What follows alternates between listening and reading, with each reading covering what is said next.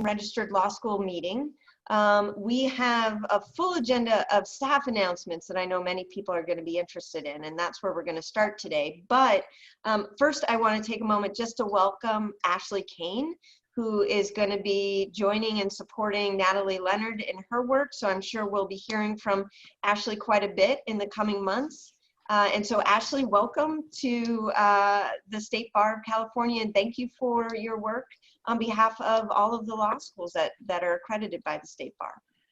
Thank you so much. It's a pleasure to join. Yeah. So Ashley, will you do the roll call right now? Oh, yes, I will. So Dean Gardina. Here. Dean Brandis. Here. Dean Frickberg. Present. Mr. Gongora. Present. Mr. Murphy.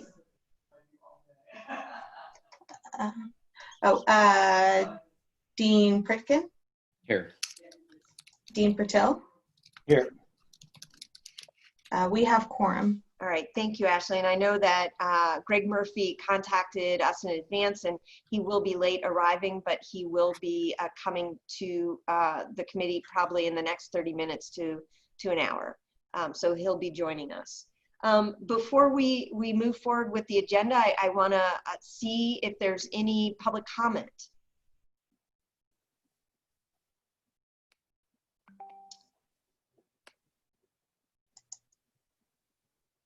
I see one public comment. Okay. All right, you're welcome to speak. Good morning, this is Mitch Winnick. Good morning, Dean Jackie and other colleagues. I just guess my only comment is that I hope we're gonna have enough time today to go over the changes in detail that were submitted, I guess, yesterday late afternoon or early evening from the staff on the rules that I guess are on today's agenda. So I guess my public comment would be a lot of great work has been done on this over, I think it's been 6 or 7 months. So I would hate to see us rush to a conclusion while we still seem to have a number of things that are still up in the air and being considered that are not insignificant changes. Thank you. Thank you, Dean Winnick. Ashley, any additional public comment at this time? I do not see any other raised hands. Okay, thank you, Ashley. Why don't we move forward with the approval of the minutes since we have a quorum? Has everyone had the opportunity to review the minutes that were posted on the agenda? Any changes or comments based on what was on the agenda? Do I have a motion to approve? So move. Okay, second? Second. Okay, all in favor of approving the minutes as posted? Aye. Aye. Aye. Okay, all right, thank you. So why don't we move forward with the staff report now?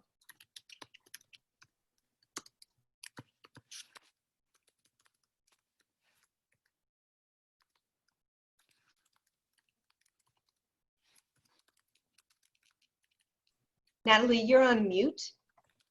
Okay, Amy is having a little sound issue from what I can see regarding the order.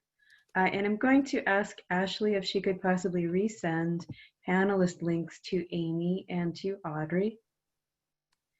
And in the meantime, while they are connecting, Dean Gardina, I'm hoping that I can skip to the sections of the staff report that I was going to cover. Absolutely, Natalie. Why don't you move forward with those while we're waiting for Amy and Audrey to connect? Okay, perfect. So while Amy is getting settled, I will cover the first year law student examination exemption. I want to confirm that that process is still moving forward based on the Supreme Court's request to allow students for whom the first year law student exam in June was their first, second, or third opportunity to take the exam after they became eligible Those students will be allowed a fourth opportunity to take the exam and claim credit for study to date. The committee has adopted its portion of the rules. The Board of Trustees and the legislature are considering their necessary changes to fully bring this to be available for students. Okay. And I'm going to check in with Amy to see if she's ready. Just to check in with the committee right now, based on what Natalie said, do any committee members, especially those who have students who need to take the first year law students exam, any questions based on what Natalie said before we move on, or clarifications? Well, my only question, I guess, is do we know the status of the legislative efforts that are required for this? Where exactly where they stand, that is? I understand that it's passed through one portion of the legislature, moves to another, and the session ends August 31st. So I think we should have some updates as to the legislature's choices very soon. Great, thank you. All right, can you hear me now? Yes. Yes. Okay, wonderful. All right, whenever you're ready, I can start my update. Please, Amy, go forward with the update. Thank you. Okay. Now, Audrey, I think, is trying to log in. She'll be covering the first year exam and the upcoming October 2020 California bar exam. I will give everyone an update on the provisional licensing for 2020 graduates. So let's start with that. The provisional licensure working group was established to help design the parameters of the program, and it included public, private, and nonprofit employers of attorneys. It included judges and staff from the Supreme Court. 2 meetings were held. One was held on August 7th and the other on August 18th. The discussion was to devise this program, and the intent of this program is to provide 2020 law school graduates with the opportunity to work under the supervision of a California attorney as a provisionally licensed lawyer, so as a PLL is what they're being called. So over these 2 days, the working group members established all of the parameters of the programs, and this includes eligibility, applicant requirements, the scope and limitations of practice, supervisor eligibility, and requirements for those supervisors. So the next step is for a rule proposal that will be posted for a 15-day public comment period. The goal is to have an operating program as early as October 2020, and this program is scheduled to run through 2021. So with that, does anybody have any questions? Any questions, committee? Amy, I have one. I understand that there's going to be a 15-day comment period, but can you tell me how they've defined eligibility? I think, as you know, the Cal schools and the registered schools often have a very different calendar than a traditional academic calendar. So we have students who graduate in January of 2020 that were eligible to sit for the February bar. We have students who finish in December of 2020 who are eligible to sit for the February 2021 bar. Is it anyone who completed their degree and are deemed to be graduated within the 2020 year, or is eligibility more narrow than that? It's actually a little broader, because we've had students contact us about this same scenario. And so what's going to be included is students who graduated starting with December 2019. This is in the proposal. Again, just want to describe that it has not been solidified, but it's what's being proposed. So it includes graduates from December 2019 running through December 2020. So it's a 13-month period. Okay. Thank you. You're welcome. Any other questions about provisional licensure?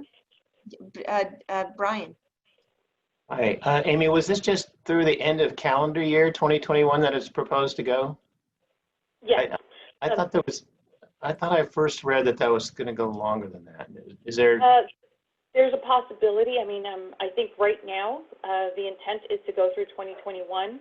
I think that The Supreme Court, has decided through 2021, but other considerations to keep in mind is just this, how COVID-19 or COVID-2021 possibly continues. So I think it's right now the scope of this project is to sunset in 2021, with the potential for possibly lifting that sunset. But this is what's being discussed at the moment.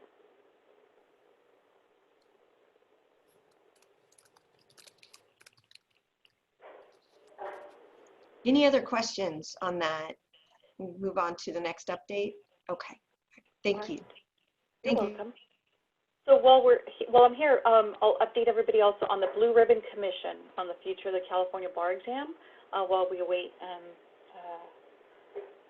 I think Audrey's on the phone. Okay, so let me update everybody on the Blue Ribbon Commission.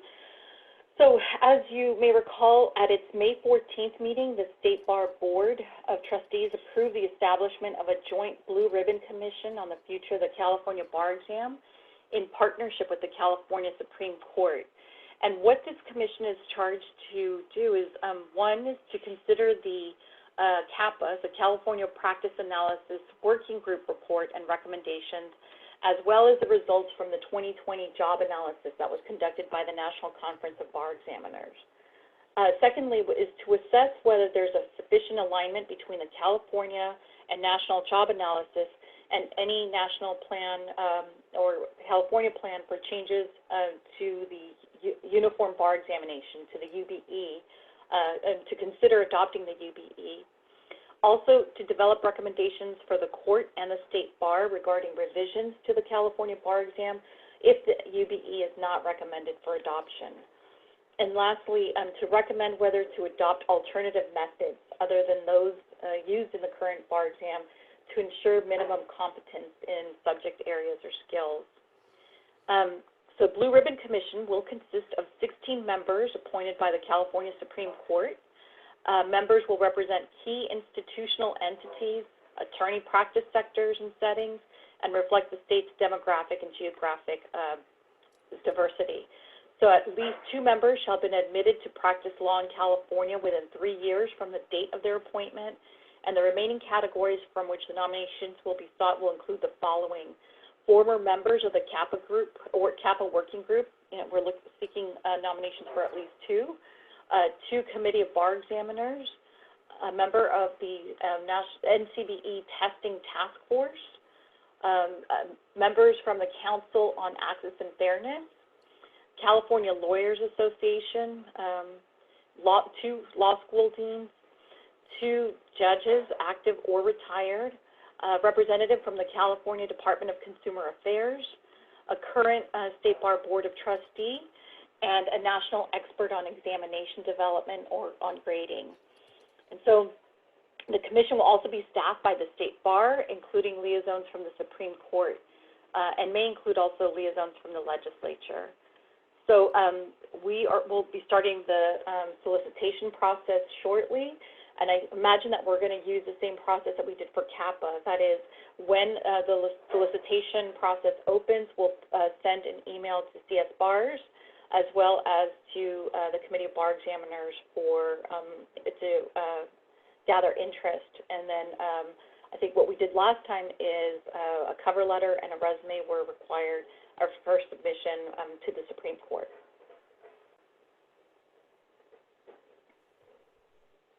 And I don't have a time frame for that, but as soon as we do, I will make sure we share that and get that to Natalie and in your hands as soon as possible. Any questions, Brian? Is there any distinction for the law school dean's appointments to be sure to include a Cal's dean is involved? At the moment, there isn't, but we encourage Cal deans to apply.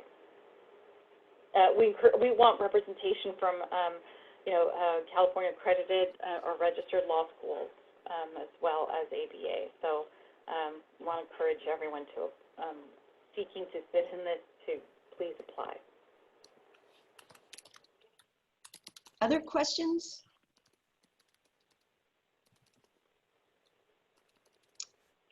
And Amy, I just want to clarify one thing that you said. You said that once the nomination process and timeline has been identified, that you would be sending notice to CSBARS, but I don't understand that in the nomination or anything would come through this committee. Did you mean you'd be sending notice to the Cal and registered deans as a whole? Yes. Mm-hmm. Okay. When I referred CSBARS, I imagine that more than just the members are participating, but I'm really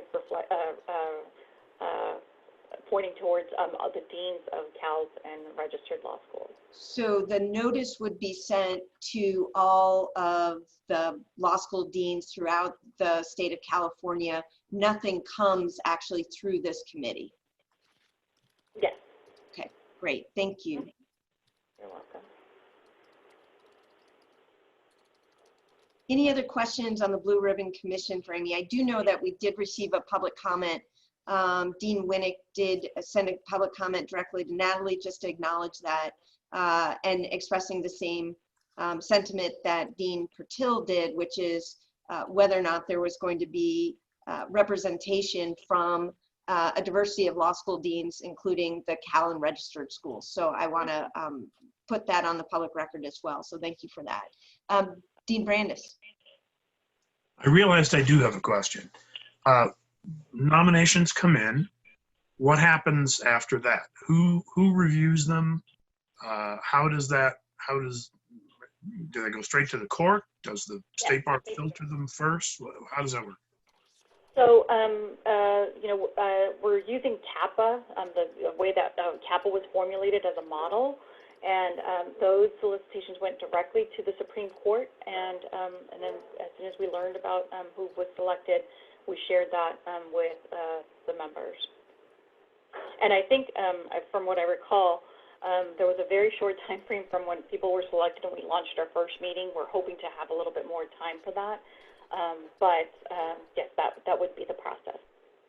Great, thank you. You're welcome. Thank you, Amy. All right.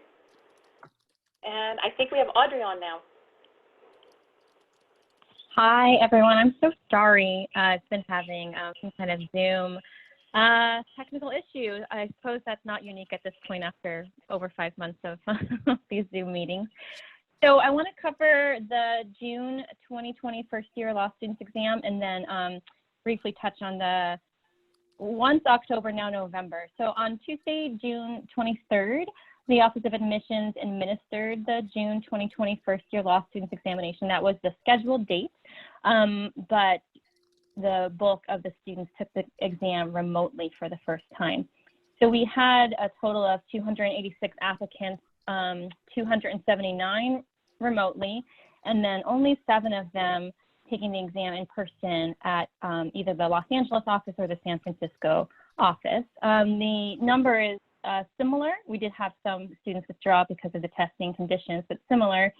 In 2019, we had 326 applicants, and in 2018, we had 323. It seems like every year we have a slight decline in the number of first-year law student examinees. So after the exam, almost all the applicants uploaded their answer files and also their video files as required. For the few examinees who took the exam at our offices, we had our COVID-19 code of conduct.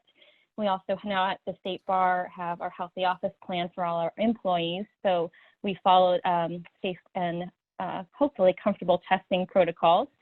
And then we had the new process, which is reviewing any of the flagged videos for incidents and Chapter 6 sanctions. And those were disseminated per our admissions rules. So results were released on August 7th. The pass rate was 22.5%. So 60 of the, which ended up 267 exam completers passed the exam.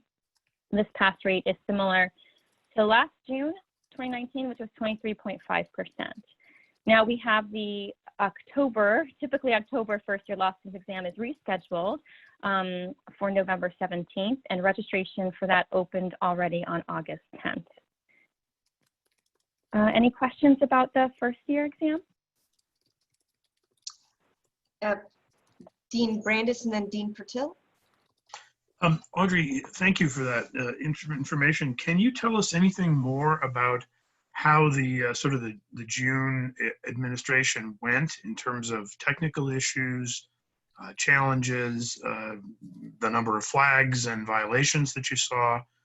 I get quite a few questions, and I keep telling people, from my perspective, it seems to have sailed right through, and I'd really like to know if I'm lying to them. So, if you could No, I mean, offer any additional details, it would be really useful. we had a lot of lessons learned from the first year exam, but you know, we sent a post-exam survey too to all the applicants who tested that way, and for the most part, yeah, there was a lot of anxiety. So right at the beginning of the exam, our own call center and ExamSoft, the vendors, tech support, there were a lot of calls. There were a lot of folks wanting to double check that they had the password. So there was just a lot of anxiety. But after the first exam session, pretty much the routine of getting into each session with the password, completing the exam, really by and large worked just fine. And a lot of the surveys came back saying that because of the way the remote exam works, the breaks are longer between the essay questions. So examinees were saying that they like that. They liked having more breaks. They liked being in their own home, that some of the test taking anxiety was actually reduced. So some of the fears about it being much more difficult to administer online, at least again for this under 300 test takers for the first year, really we were all holding our breath, and it really went for the most part just fine. We did learn some things for the October administration. So did our software vendor. So I don't know if you you might use ExamSoft in your own law schools, but they would have a stop sign when you have an in-person exam, but they're using ExamSoft as a software. There's usually a stop sign saying, you know, a proctor would tell you when to start. Well, that stop sign was super confusing in a remote environment because no one's going to come through the web camera and say, you can start now. So what's good is now that they've reprogrammed it, they've gotten rid of that stop sign for the October exam. So that did. A lot of our first year takers had to call in and say, do I do anything about the stop sign, or what do I do? Because it looked, you know, a stop sign, if you're a rule follower, that's a stop sign. So things like that we've learned, and the vendor has changed some programming. We have a lot more education that's going out to the bar takers about, we're going to do 2 mock exams. Anyway, I'm getting ahead of myself a little bit, but yes, you are not lying. It went, it went a lot better than maybe it could have, and I think that it's giving us a good reason to think that the October exam will be all right, although the scale is so much different. Yep. Well, that's wonderful, and yeah, I'm pleased to say that the reports I heard from our students who took it were similar to what you just mentioned, and that's why I've been telling our folks that have come along and folks asking about the bar exam. The same thing, that they should, you know, calm down a little bit about this. This is probably going to actually end up being a very nice experience for them in most respects if they kind of work out their issues. So appreciate all the information you can give us about that. There is, as you know, a lot of anxiety in the testing community and among the students about this idea. And of course, particularly for the bar exam, but I'll keep saying it to anyone who asks. Try to feel this is a great opportunity.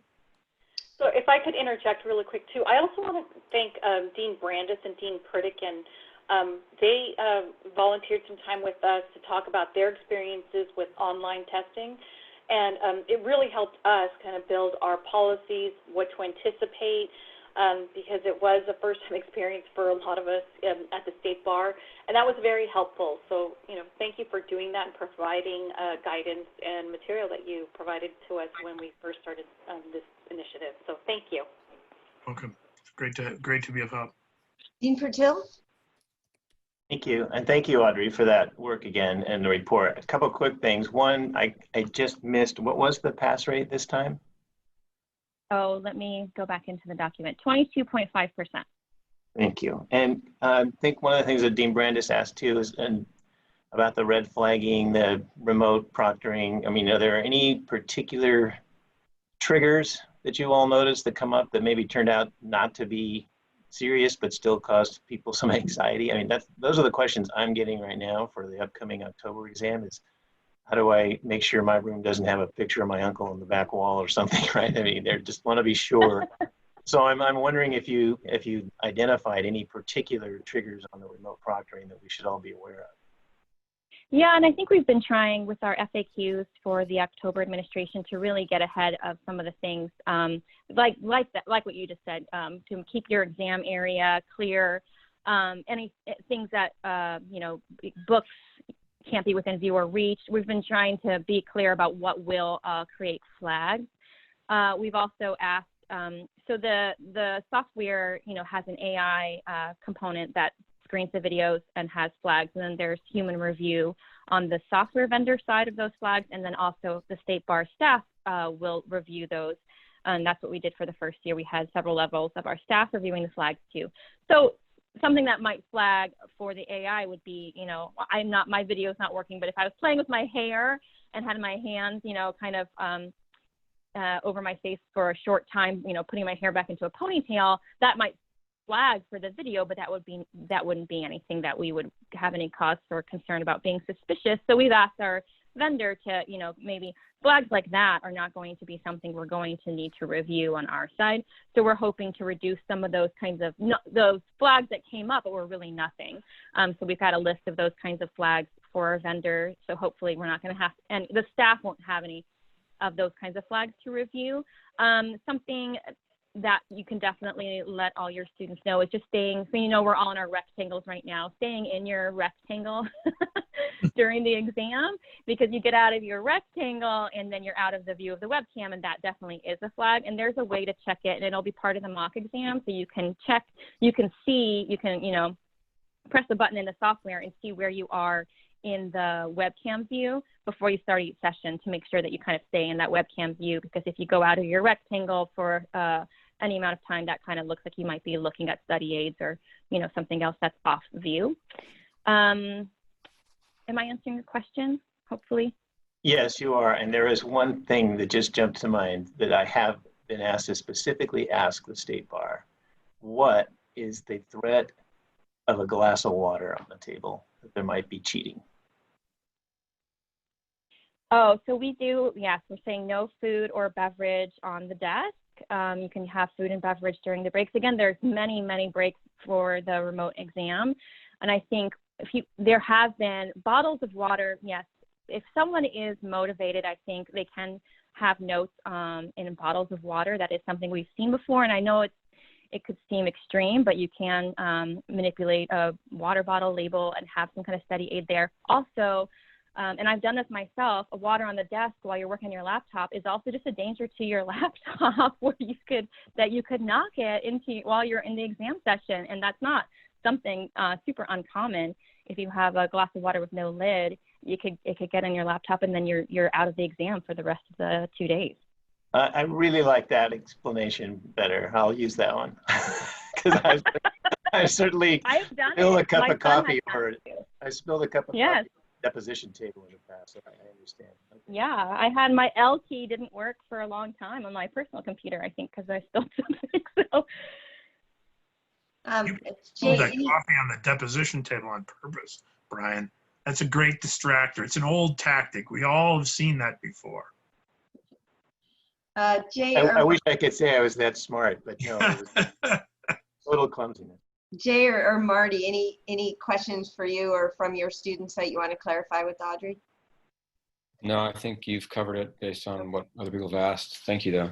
And Audrey, this is Jackie. This may fit better with the October 2020 bar exam. It's kind of spanning both what you learned from the first year. We had the meeting with the law school deans who may be using their campuses to support students, and how we can prep rooms. And I'm going to use Greg's as an example right now, where there is a library or a lot of bookshelves with books, and it seems it's out of reach and out of view because he's facing a different direction. Is that going to be okay, or do the law schools need to cover that complete bookshelf up? I think as much as someone could cover up a bookcase, I think that would be helpful in terms, again, of the flags and review. But if I watched Dean Brandis for 2 days sitting there in his rectangle with the books behind him, even if there was a flag, we could see that he was not reaching for them, right? So it's just, you know, there's some risk, obviously, opening up to different faculty offices or different law school spaces that, of course, have educational materials. So as much as you could, but I'm sure, you know, there's not also infinite sheets and blankets at law schools, too, to cover up everything in everyone's offices. I know that it would be better. Yeah, I know that every law school dean doesn't want to put any graduate who chooses to come to the campus at any risk of being flagged and increase in any way the pre-test or post-test anxiety that they're going to feel about the what could get flagged. So I know that we all want to be as careful as possible, but it's also campuses are closed, staff aren't there, so how best to make sure that we're preparing without necessarily putting extreme stress on an already stressed staff as well. So appreciate that there's some flexibility in the AI and human review that would allow for hiccups to occur that wouldn't put our graduates at any kind of risk. And I do want to add that we, in the first year June exam, we did have students that actually took the exam on some campuses successfully. There were no problems. So we know it can be a successful process. Yes. I just have one more follow-up, and if there's an improper question, I apologize. Without naming names, obviously, or schools or anything, can you just give us an idea of the number of people that were actually cited for a violation from the exam? If there were any that were actually cited for something that did violate the rules?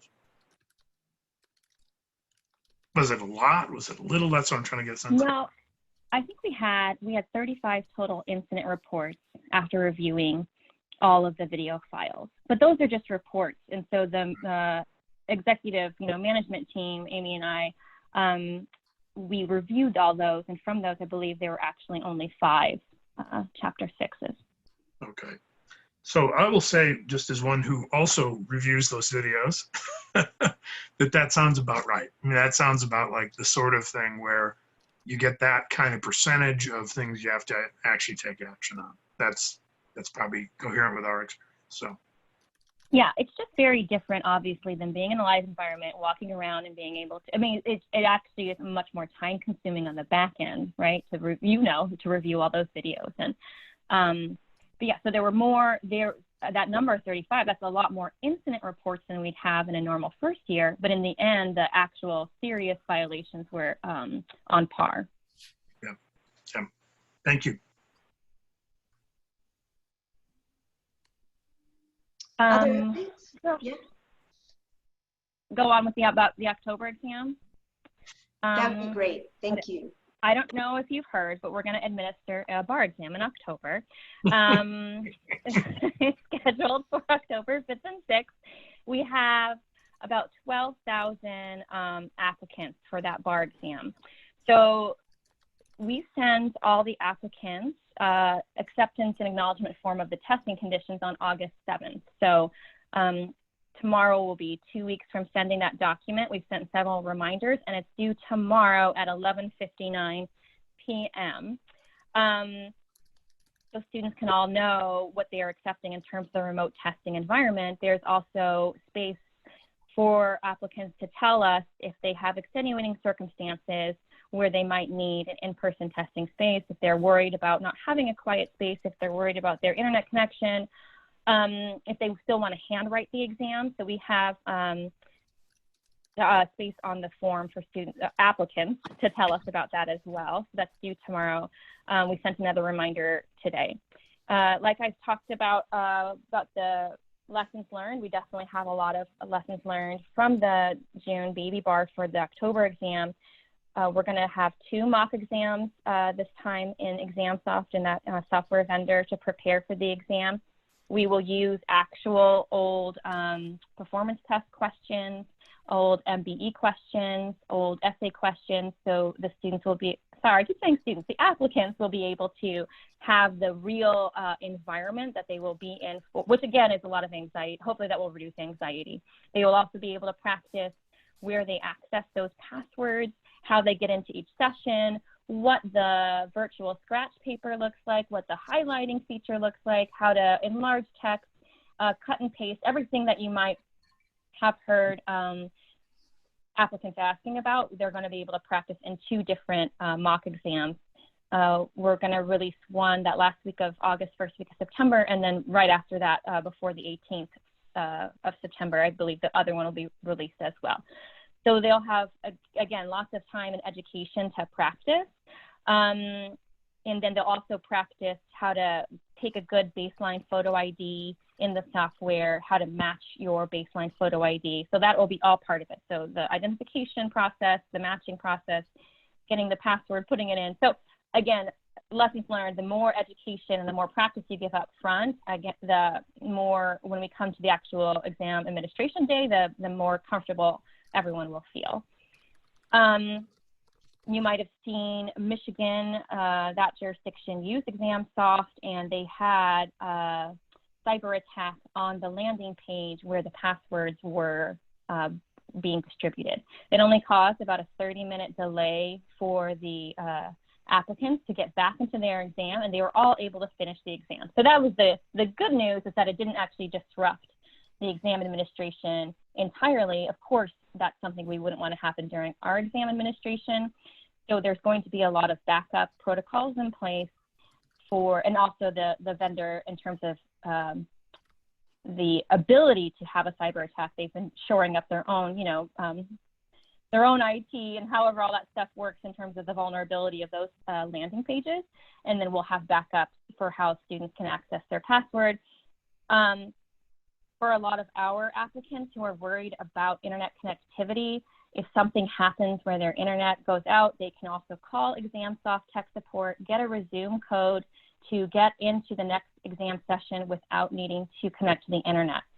So we've tried as many ways as possible to make it so the exam will be able to continue without any issues on the 5th and 6th. You've probably seen in our FAQs, they are only allowed physical scratch paper for the PT. We are allowing 8 pieces, which they have to show, 8 blank pieces.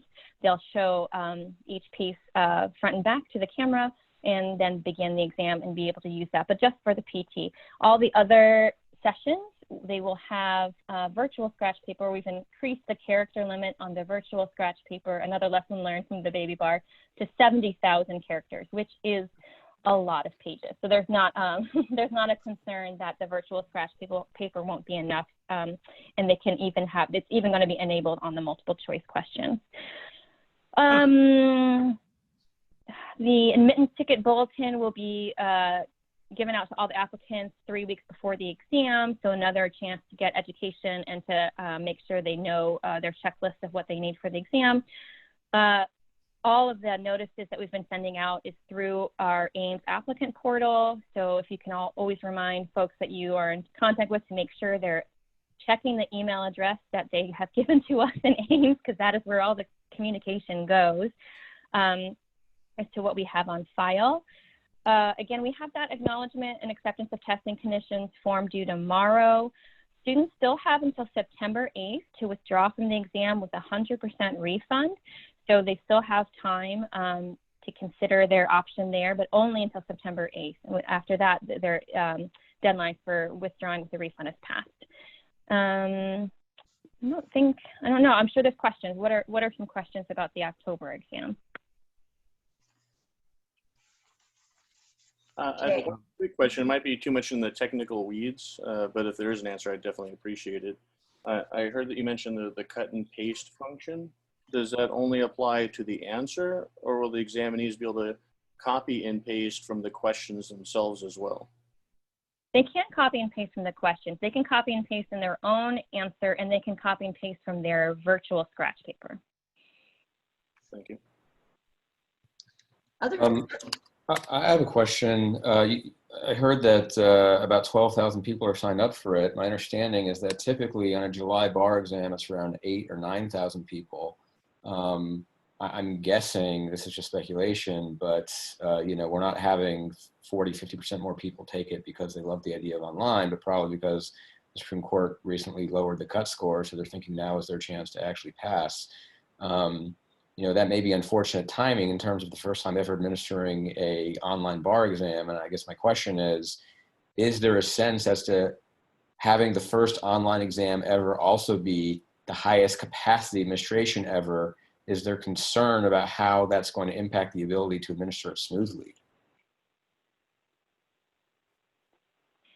That concern exists. Yes, I think that concern exists. And I think especially certain jurisdictions were using a different platform where the load of that many examinees, because they do live proctoring, has made, and I believe it was Florida just this week, have made them have to cancel their exam because with live proctoring, that puts a huge strain if everyone's logging in and using, streaming for proctoring. With our vendor, there's no live component, right? The videos are all recorded. The answer files are all downloaded in advance, and you just unlock them with either the password or the resume code. So yes, it's a lot of examinees, but the vendor that we're using and that several other jurisdictions are using, ExamSoft, they've administered a same-day exam, just in similar conditions to this, to 160,000 test takers on the same day synchronously. So the reassurances we have from the vendor is that they can definitely handle this many exam takers in one day. Okay, thank you. I do have one follow-up question. And by the way, if I ask anything that's been asked, please forgive me. I've got a pinched nerve in my neck, so it's a little hard for me to focus sometimes. But, not about the online administration itself, but in terms of grading. So, I know prior to the Supreme Court lowering the cut score from 1440 to 1390, there was talk of streamlining the second or third review process, right? Because the data showed that some of the students towards the lower end of that band were highly unlikely to end up being rescored past the 1440, and that contributed, significantly to the time and expense of grading the exam. Now that the cut score is 1390, do we know is the plan to just do away altogether with regrades? And if so, do we have any sense as to how that might affect the timing of getting results out, especially given the unprecedented number of people taking it? I could answer that because we have that on the agenda for the CBE. That's okay, Audrey. I would love that. Thank you. All right. So we are going back to revisit 3 decisions that were made at one of the last CBE meetings. I can't recall the dates. It might have been at the last meeting, which was, I think it was June. Actually, it was at the April meeting because this came forward at the May meeting for the board. So in April, the CBE voted 3 changes in the grading process. The first was to change the reading band from a 50-point spread to 40. Again, this was based when the cut score was, 1440. So the regrade band started, qualified as go into a second read was anything between a 1390 and right below a 1440. So it'd be like a 1439. Right. What was voted in was a 40-point spread. So it went from 1400 to 1439. The second thing was to add 2 additional graders per group. So we have 12 graders, and so we would, the proposal that was accepted by the CBE was to allow up to 14 graders per question. And the third is to eliminate the third phase of grading. And again, this was based on findings that it was an inefficient process in the sense that very few passed, and it held back the entire grading process. Given the volume that we have for the upcoming exam, it would be beneficial for us to implement those changes. However, since the cut score changed, we're asking the CBE to reevaluate these in 2 different ways. One is to add 2 more graders on top of the 2, so that we would go up to 16 graders. And then the other is to reevaluate whether we should have a 50 or 40-point spread given the change in the cut score. So ultimately that decision will be made by the CBE and then later, and then we're hoping to implement that, for the upcoming exam. Okay. Thank you. Dean Brandis? Amy, just a quick follow-up on that. So with the 40-point spread, essentially it would be from 1350 to just below 1390. Is that right? For the regrade? And with a 50-point spread, it'd be 1340 to that just below. Okay, thank you. Just make sure I understood you correctly. Sure. And that agenda item, as I mentioned, it's on the CBE, and it's about to get posted, so it's forthcoming. It should be, by the end of the day today, you will be able to access that proposal. Okay. Okay. Other questions on the October 2020 exam for Audrey or Amy? Audrey, I just had a quick clarification question about the form that the graduates need to submit, or the applicants need to submit, about the environment in which they're going to be taking the bar exam. Does it have to specify or just indicate that they have one? We're waiting for the healthcare department in Santa Barbara to grant a waiver. We've gotten one for Ventura County. And so that place is still pending. So could you tell me what exactly the students need to identify in that form? Oh, they identify that they agree to the conditions of testing remotely and that they understand what the conduct and sanctions would be if they violate the conditions. So they wouldn't need to say specifically where they're going to test. Okay. All right. Thank you for that. Okay. Any other questions on the Dean Brandis? I know, sorry, just one more. We received some bar certifications that had a deadline date in February that must be coming out of Ames with some errors. So I just want to confirm that certifications from the law schools are still due 4 weeks before October 5th. Yes, we had to turn off an automated email in Ames that was sending out something related to the February bar. So yes, you have it. Okay. You have it, the information correct. Just confirming, I had a student who thought they had missed the deadline for some reason. Just make sure before I answer it that I had confirmed the question. Thank you. Any other questions on that agenda item? Okay. All right. Thank you, Audrey. Thank you. Continue with the updates. Sure. So thank you for the opportunity to talk about these various things. The next thing that I'd like to talk about is to remind folks that this year has flown. Shortly, a new chair of the CBE will be named, and at that point, we'll be selecting 2 new members to join the CSBARS, most likely from one registered, one accredited school. So I announced this here. That will also be announced again either via email or probably also additionally via the Law School Dean's e-newsletter that will come out in September. And hopefully you have enjoyed your time and service on the commission. I don't know if anyone would like to say a word of encouragement to potential applicants. Well, certain of us this would be our last meeting. So if this is my last meeting, then I just want to thank everybody for the great collegiality and opportunity to work with you on these really important issues. It's really been a pleasure. And as tough as the work has been, you've all made it a great pleasure to be part of. So if this turns out to be the last meeting, thank you all very much. Brian. Well, I would echo that too. And as I think Jackie was the one that encouraged me to do this at the beginning, saying that the only way you learn how to be a dean is to jump in with both feet. And I think that's helped, although I do now feel like I'm up to my neck. I would suggest and encourage anybody who wants to be more a part of the rulemaking process, the oversight process the CBE has for all of our schools to get involved in this committee. I think it was well worth the work. I have some suggestions and concerns about process that I may want to add my comments later today. as far as giving us plenty of time and notice to look at things. But you know, we're all living in a rushed environment these days.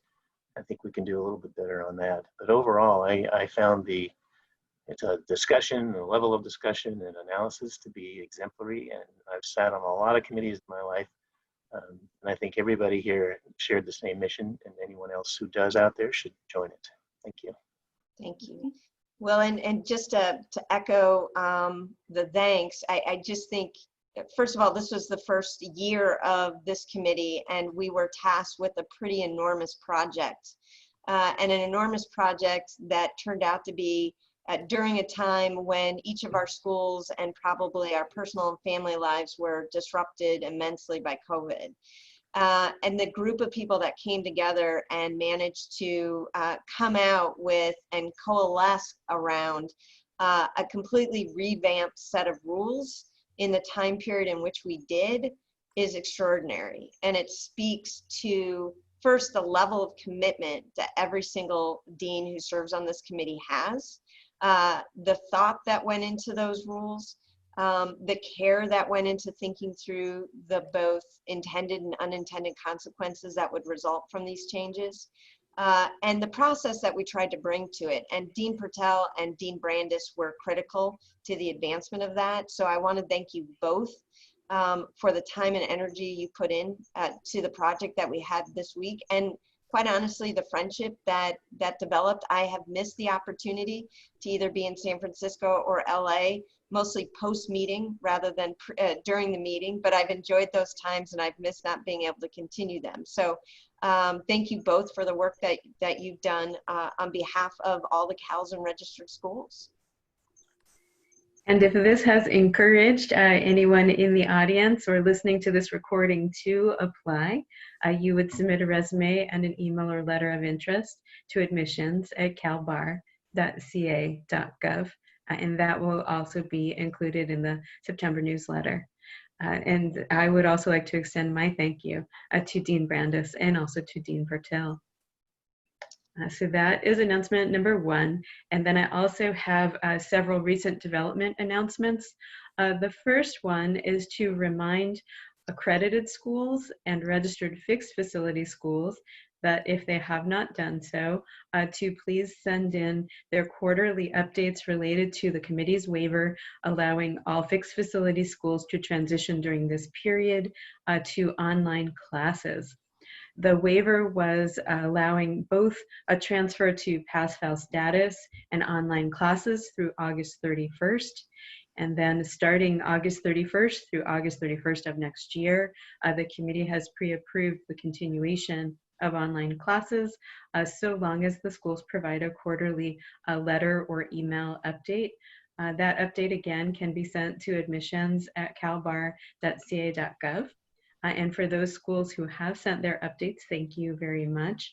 I would have to say that the schools have been very candid, very cooperative, very collaborative in offering suggestions, sharing the learning that has happened at a very rapid pace to deliver a successful product to the students. And it's been a pleasure to see the progress and the support and the commitment to students' education. So thank you, everyone. And if you haven't forwarded your report, please do so. We'll be sending out reminders next week. And Natalie, just because the CBE's desire for the report was somewhat vague in content, for those who haven't yet submitted it, do you want to provide some basic parameters that they should include? Sure. Generally, what we would be expecting is something like a one-page letter that indicates what the school has done in the prior quarter and what's coming up in the next quarter or longer, if you know.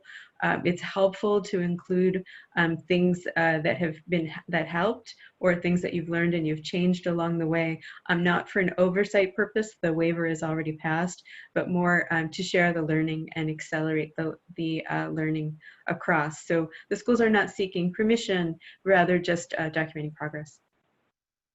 One-page letter, one-page email would serve this purpose. Thank you, Natalie. Any questions from any of the committee members about that update? Yeah, Dean Pertel. Where do we send that again, Natalie, to be most efficient? To admissions calbar.ca.gov.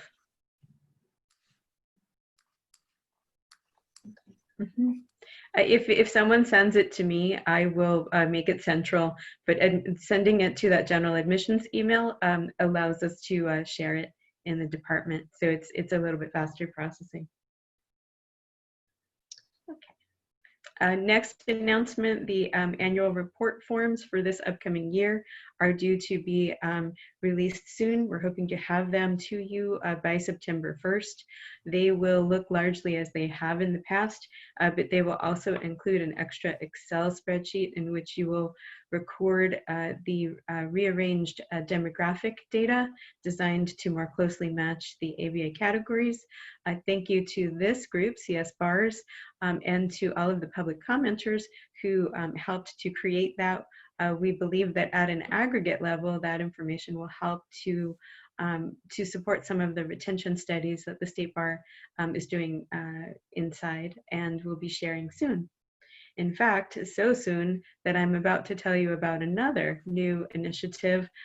This is my final update. Apart from the annual report, the Office of Access and Inclusion, you may recall, did a survey about 18 months ago, talking to law schools and asking about programs designed to improve retention in general and for diverse communities in particular. Some of those results were brought to the prior law school assembly, and you heard from some first gen and other retention programs at Loyola and UC Hastings. There'll be a follow-up to that survey, tentatively targeted for September at this point, and we encourage every school to fill that out. The official announcement that I've received is the State Bar Office of Access and Inclusion will be administering a survey in the fall regarding law school retention and retention of diverse law students.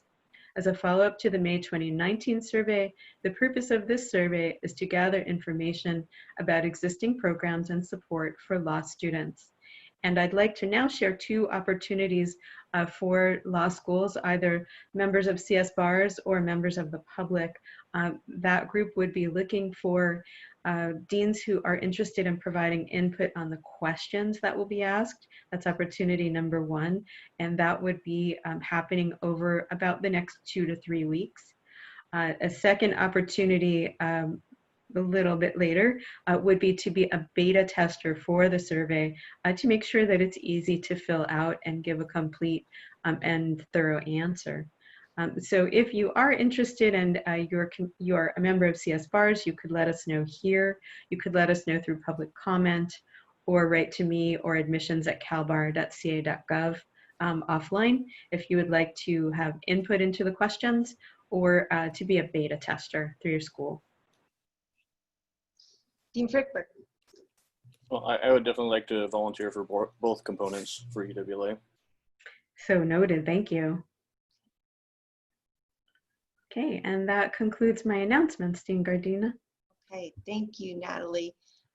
So it looks like we've completed the staff update, and the next part of our agenda is really to focus on the rules and have an opportunity to examine more closely the changes that were made and that will be recommended to the CBE from the staff.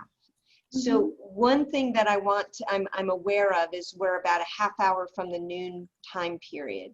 So, and Natalie, please remind me, there was a question about who could be here, who couldn't, that had to jump off the meeting. I'm blanking on that right now. Was there some concern about that around the noon period? Primarily just to set the lunch period about 30 minutes, sometime in the 12 to 1 o'clock range. Okay. Okay, so what I'm going to recommend is for right now that we start our process in terms of having an opportunity to set the stage for examination of the rules, have an opportunity to perhaps examine one section and get to 12:30, take our lunch break at 12:30 to 1 p.m., and then return to finish up the rest of the rules with the remaining time.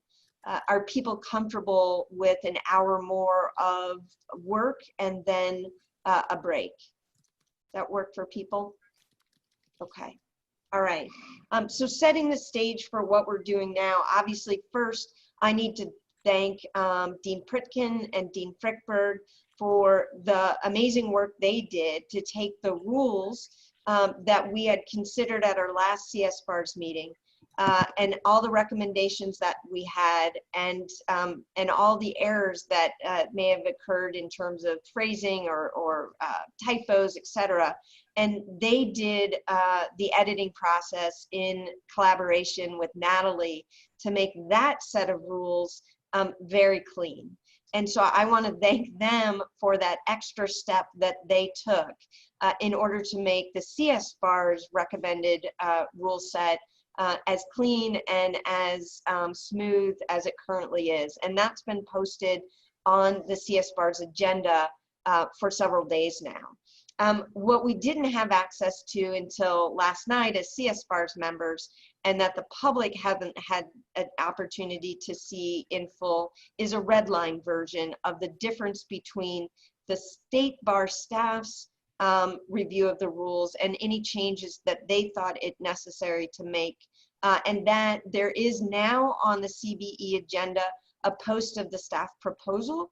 And I believe, Natalie, and you can correct me if I'm wrong, it is the hope of the State Bar to make the red line version available to the public soon, hopefully before the CBE meeting, but certainly in the near future. Could you elaborate on that piece? Sure. So for those who are watching along as members of the public, on the CSBARS agenda, you can find both the CSBARS proposal and the staff proposal. The staff proposal was posted either Wednesday afternoon or Tuesday afternoon or Wednesday morning, as was the CSBARS proposal. The red line is in the process of being prepared for public processing. We'll be using it today, and it could be made available as well.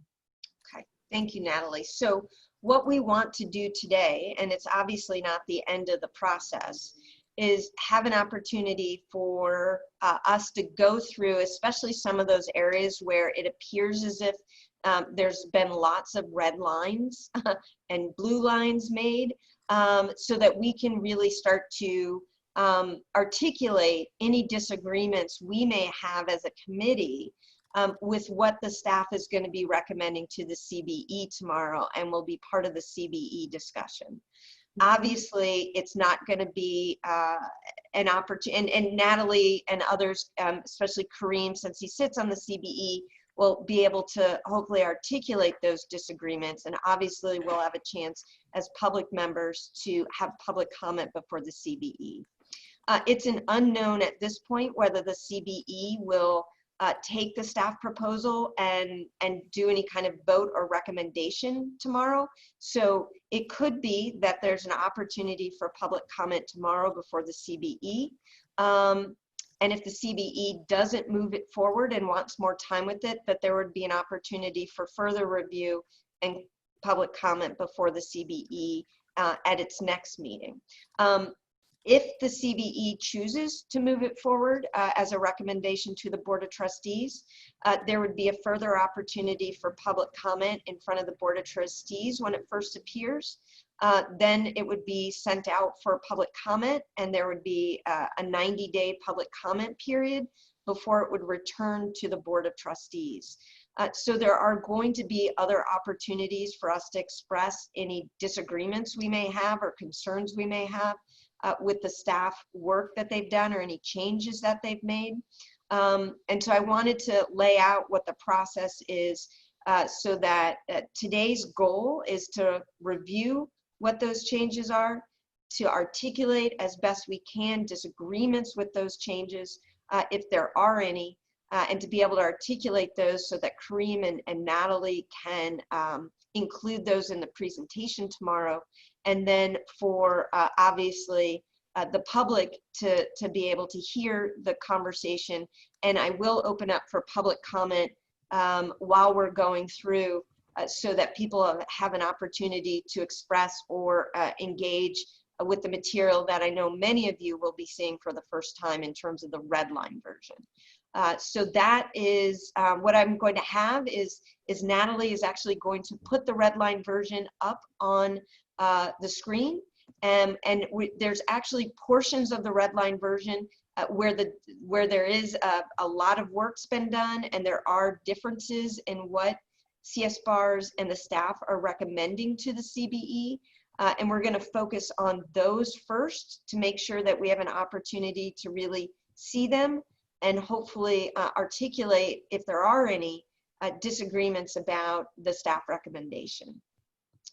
So Natalie, do you want to go forward with sharing your screen and the red line version? I do.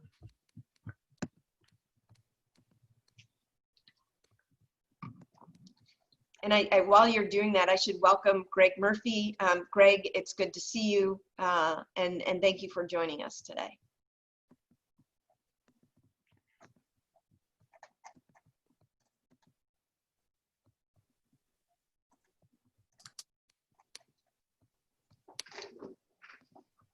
Okay, are you able to see my screen so far? Yes. Okay, terrific, thank you.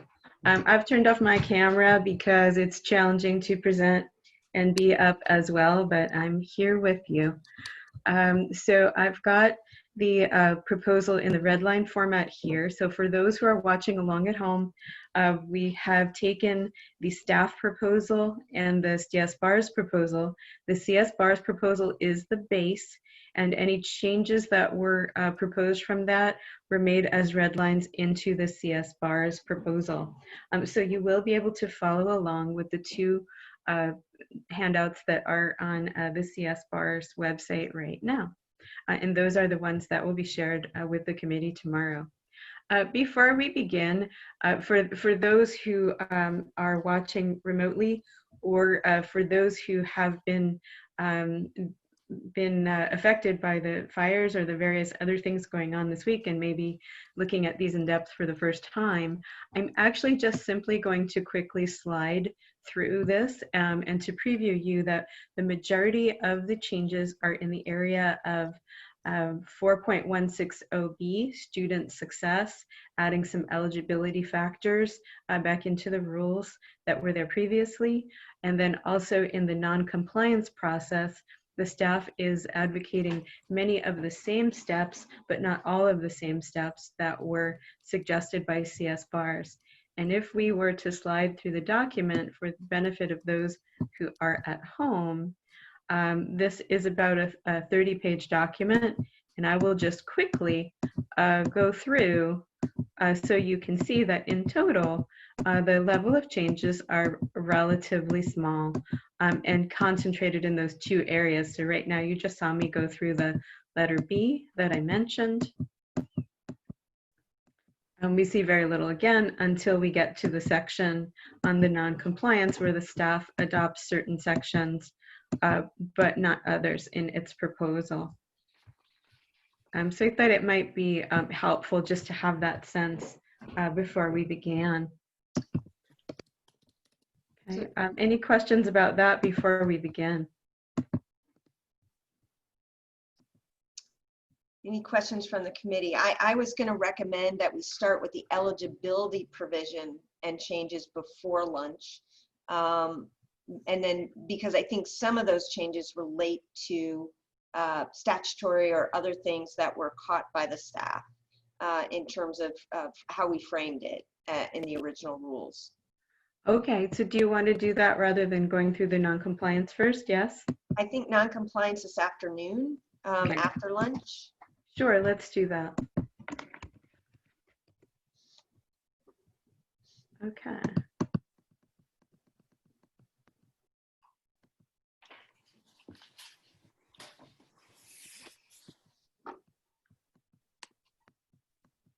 Missing a mouse right now. Okay, and as in the current rules, 4.160 is the section of the rules that has the majority of the requirements that the schools will follow.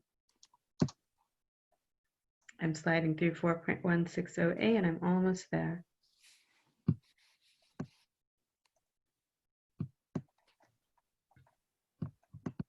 Okay, so for those who may be joining for the first time, inside of 4.160 are 4 different purposes for accreditation that form the centerpiece of these new rules.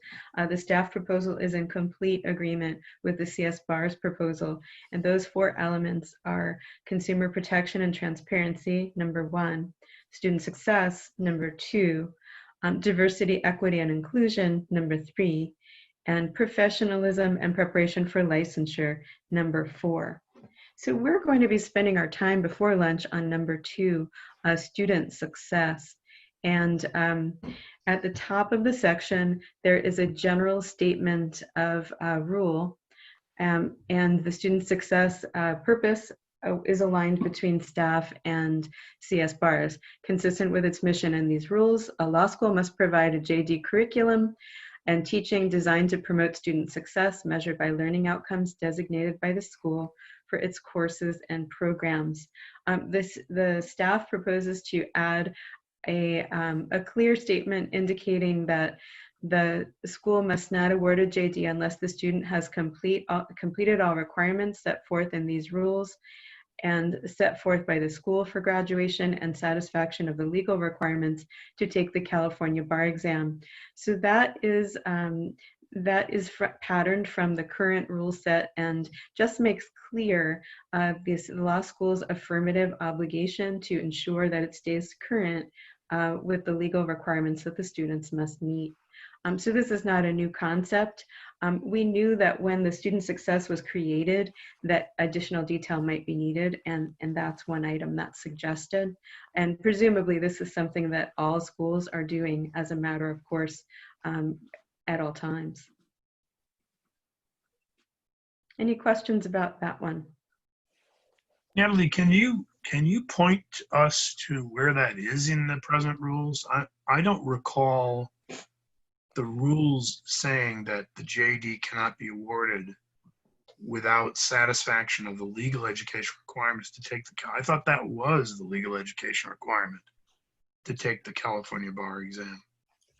Let me check. I don't have that pin site here, but over the lunch I can pull that for you, Greg. Okay. So let me just make sure my concern is clear. Sure. The way I understood the rules is the grant of the JD or the completion of the required course of study at the unaccredited school, those are the legal education requirements to take the California bar exam.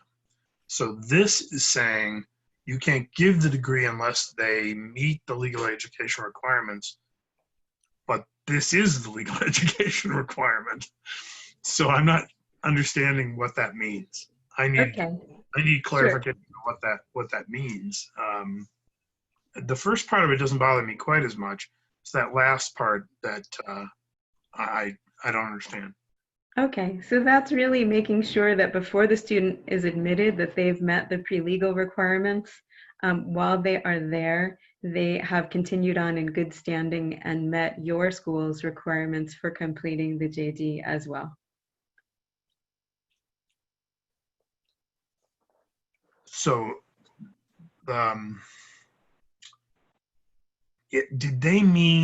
was the intent there to address the pre-legal education requirements? Should that say the pre-legal education requirements? I think that it was implied but not stated explicitly. A little bit later in the rule, you'll see an explicit statement. Okay. Because I don't think that solves my concern. Okay. It's circular. The way it's structured is it's circular with the rules, because the requirement is the JD, and there are no other legal education requirements to take the California bar exam except the unaccredited law school rule requirements, or I should say law office study, etc. And we certainly don't want to subject the accredited law schools to the law office study regulations, which is what this language would do, or could be interpreted to do, right? That's not what's intended. So I'll check the pin site and then also look at that again with that concern in mind. Okay. Does anybody else? Am I making any sense to anybody? No, you are. Yes, You you are are. too. I share Okay. this concern. Okay. All right. I just want to make sure I wasn't totally lost here. The first part of it, the sentence doesn't trouble me, but this last one, I have real concern with what are we saying here? So. Okay. And I apologize, my notes are far, oh, you can't see my camera, but if I turn it back on, I'll be looking far to the left to write my notes. Okay. There are also several additions here, and when the CSBARS and staff were discussing, there was some thought that there might need to be a close reading with certain things added back in that had been in the rules before. Number 2 is a summary in terms of administration as to the qualifications for the dean and the administrator at the school. The dean and administrator may be the same individual. They may be different individuals, as well as the registrar, and confirming that there can be a part-time up to 30 students, a full-time beyond that.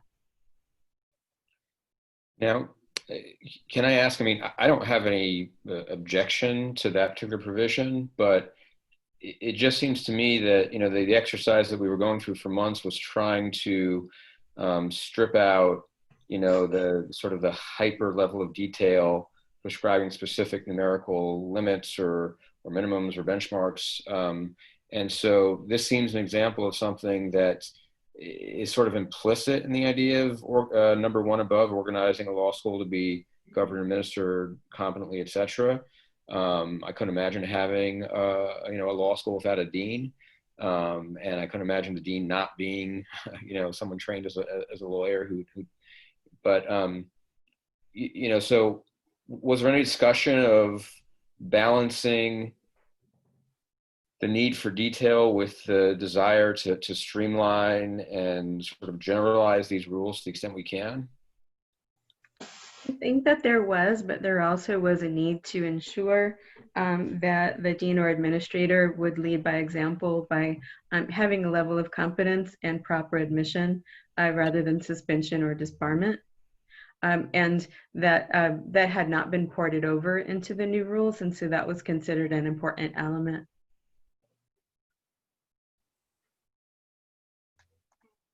And Natalie, what does it mean to have demonstrated competence in the fields of legal education and administration? Right now, that is adopting the language as it is right now, but that could be adjusted if there is a suggestion, or could be focused on the admission status as an alternative. Yeah, I mean, I think not just CALS and schools, but even ABA schools, traditional academic deans are not necessarily always what have. You could bring someone in who's been in practice for 30 years to be your dean, who doesn't have a demonstrated competence in the field of legal education. So I just don't know what that adds to helping student success. You hope for it in some cases, but why would the State Bar of California mandate it? Going back to Marty's point about attempting to provide room for innovation, flexibility, and not to be overly prescriptive. I think that that's something that could be discussed further, balancing the need, regardless of the person's background, to have a consortium of administrators who are competent to lead the school, in a way to address that if that is not happening. Yeah, Dean Prickton? Perel, sorry. Yeah, Brian. Yeah, I would join in on that concern that Dean Gardina just raised. I mean, by this definition, I shouldn't even have this job. Okay, so let's think about what would be a reasonable way for the State Bar to be able to ensure that there is an administration that devotes adequate time and in toto has adequate skills to operate the law school. What would be an alternative means to share that may be more effective? Well, this is Greg. I have a language suggestion about this. So the first sentence, Dean devotes sufficient time to the operational school pursuant to written job description. I don't think that's too controversial. The next line starts to talk about campuses. And, you know, obviously we have law schools that don't have campuses. And so would that set up a rule that applies and restricts only schools that operate physically? And therefore that rule would not apply at all to other schools? So what I was going to suggest is anywhere in here where there's the word campus, you change to the word school. So each school must have at least one administrator who's graduated from law school, blah, blah, blah. A full-time administrator is rated for any school with 30 or more students. The school must have a registrar. I mean, if we kept it consistent with school, it seems like it would be more likely to apply adequately to different situations. The way it's written, I don't think it makes sense. I would also suggest that in the place where "and" has been stricken, the word "or" would help to solve some of the concerns that we were just discussing. So that would say that each campus must have at least one administrator who has these qualifications or has demonstrated competence in the fields of legal education and administration and devotes adequate time to their duties according to written job description. So in other words, each school must have at least one of these people who is either one of this set or that. And that would take into account, you know, the retired donor business person who's put in charge of the school for a period of time, things like that, which I think is one of the, certainly people think qualified, but that would address some of those situations. So those are thoughts on how to improve language. Yeah, Brian. Yeah, I would agree with changing "and" to "or." I mean, you know, just as my personal situation here, I mean, we have a president and vice president of this college, both of whom have extensive administrative experience and extensive legal education and business education backgrounds, might qualify as the administrator needed under that description. You know, I'm the one with the JD as the dean, and I don't think any of the other nonprofit work and stuff I've done in my life would qualify as significant administrative experience. So I think it's really important that we have all those things, but I really like the disjunctive better than the conjunctive. I think it works better. Mm-hmm. Yeah. Do you have enough information? Oh, I'm sorry, Greg. I didn't see you there. Well, just a comment, because there was some mention about what the ABA standard is. With respect to a dean, there are just 3 sections, standard 203 of the ABA standards. The first is, a law school shall have a full-time dean with the authority and support necessary to discharge the responsibilities of the position. B, except in extraordinary circumstances, the dean shall also hold appointment as a member of the faculty with tenure. And C, the dean shall be selected by the university or the governing board of the law school as appropriate, which shall have and follow a procedure for a decanal appointment or reappointment that assures meaningful involvement by the faculty or a representative body of the faculty in the selection of a dean. So it's somewhat simpler than this. You in California know better what were the circumstances that you might need this kind of language in part 2. But the ABA standard, it seems to me, is simpler, except with respect to tenure and selection. Mm-hmm. Thank you, Greg. Oh, I'm sorry, Jay. Yeah.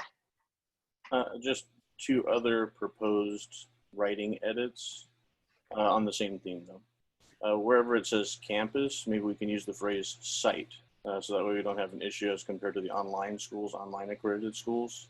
You know, they have one website versus one physical site for those of brick and mortar versus campus. I think that gets to the same effect that we're seeking. The second one goes to, again, the same phrasing, fields of legal education. Maybe we can change that to the fields of law and or administration. just law versus legal education. I think that would get rid of some of our current issues. Other committee comments? Right. Jackie, I'm sorry pardon me again. Yeah. Could we just talk about, so are we just taking notes and then what are we doing with those? Because the meeting's tomorrow. It is. So the most we can do at this point in time is articulate our disagreement for Natalie and Kareem, since he'll be a participant and presenter, I assume, as part of our piece, to let them know that this is one that the CSBARS, what it sounds like, if I'm hearing this correctly, is in this particular case, while there's no disagreement with the idea of identifying in general this idea that there needs to be a competent administrators to ensure that the school is run properly, that the level of detail gets away from and it, at times might run counter to both what schools look like right now, as well as the goals that we had tried to meet when we went forward with this. So right now we're just articulating disagreements. The staff proposal is prepared and is posted on the CBE site, so it's out there.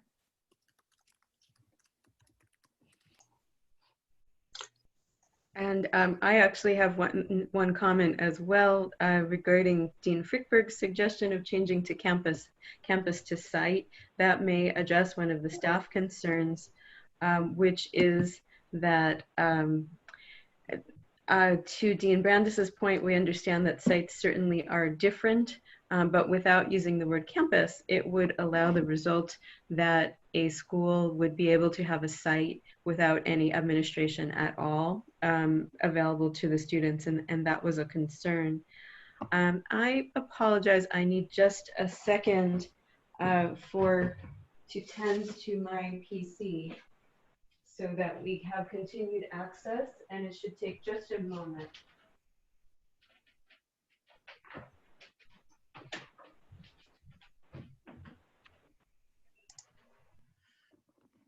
Okay, I think it is improved. Thank you for your patience. So, Jackie, yeah. I have one quick comment again. What's the reasoning behind using 30 students as a benchmark by which we need a full-time administrator? To be honest, it was a benchmark set in the prior rules that is something that's open for discussion. Would you have a point of view about another or different metric?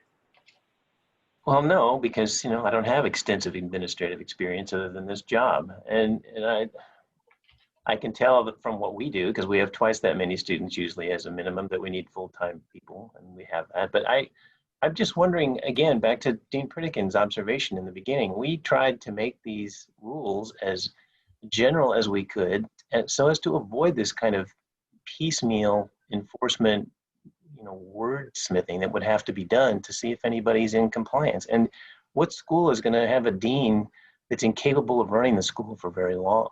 The owners of the school, if it's a nonprofit, the board, whatever, they're going to know that the school's results are going to take care of this problem. I mean, as long as you have somebody, in my view, that's got legal background and is dedicated to education and has the support necessary to pull it off, mimicking what the ABA says, that ought to be enough. Okay. Greg Murphy? I just say that the proof is in the pudding. So, I mean, I agree with Dean Pertell on this matter. I do notice that we have a hand raised for public comment on this. So, Ashley, do you want to allow Dean Winnick to speak? Yes. Thank you. One moment.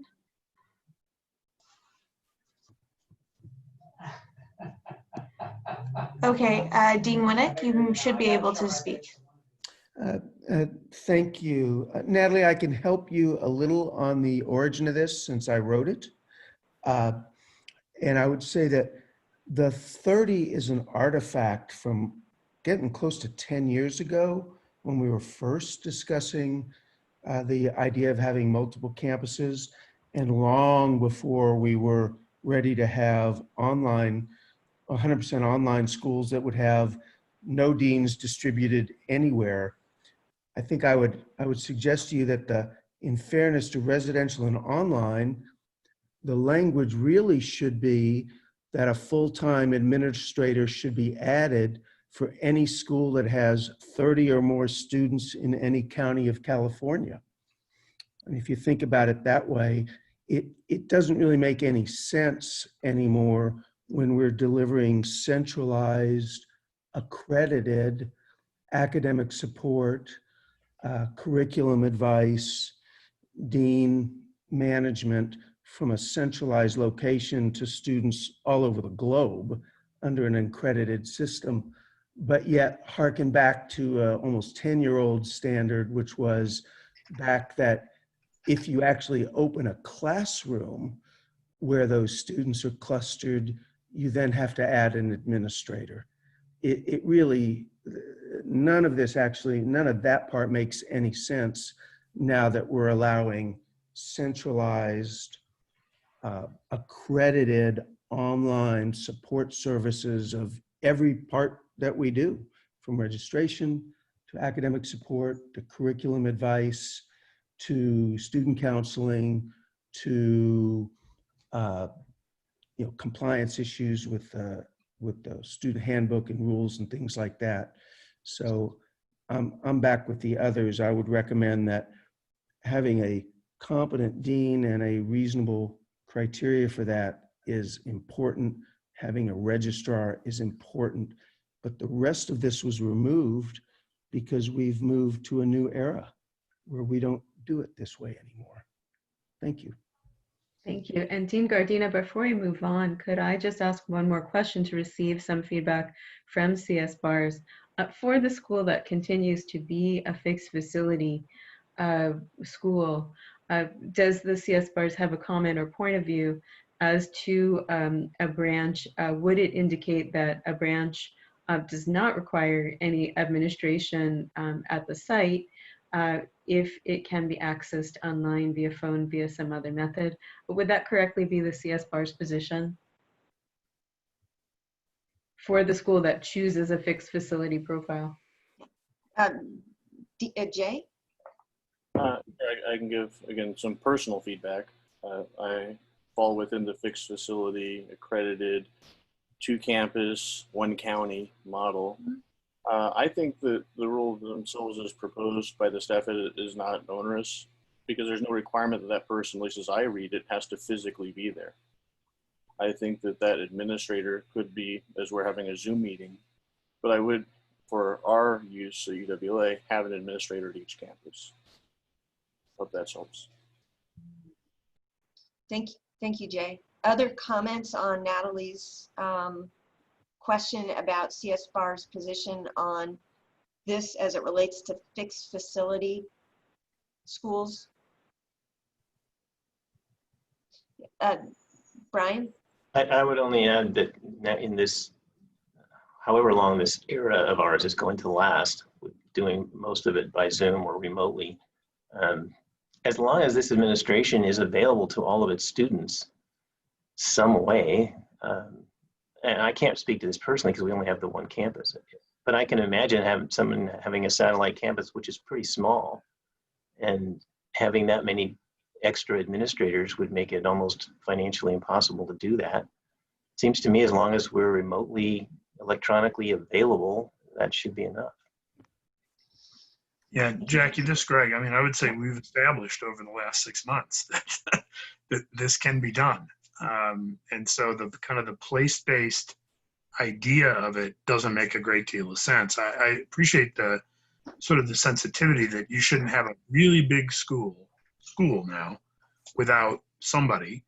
And so, that doesn't trouble me. That part doesn't trouble me. But to say that there's a physical location, and over here we have 75 students who are online in a hybrid model, and there's no requirement of administrator, nor should there be, in my opinion, as long as the administration is available, remotely. So So I think it's kind of a relic sort of rule or idea, and I don't think it's suitable to the era we're in.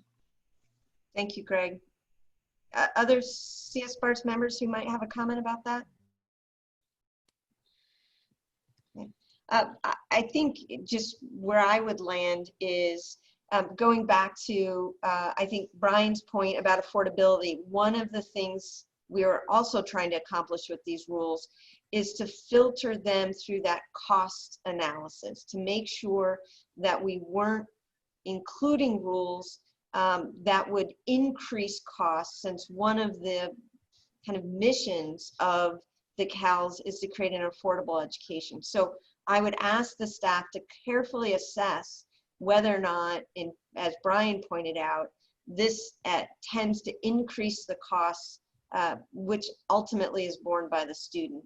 The second thing I would wonder is going back to our general idea about what we are trying to accomplish here, which is to give room for creativity within each school to meet the underlying intent of the rules. You've placed this within student success, which suggests to me that what the staff believes, and perhaps some CBE members who have participated, is that this kind of administrative support is really necessary to facilitate the success of students. So it seems if we framed it more generally, to have sufficient administrator support, competence, expertise to support students in their education is really what you're trying to get at. And I'm wondering if there's a way to frame it more generally so that it gets at what the staff is concerned about, but leaves room for schools to establish that they have met that ultimate goal of the rule without prescribing exactly how they have to meet that intent of the rule. And so I would certainly, and I can give it some more thought, and I encourage others to as well, how could we frame a rule like this in a way that meets that underlying goal of sufficient administrative support to, for the students to perform at the level we hope they can, versus the prescription that is currently contained in the rule.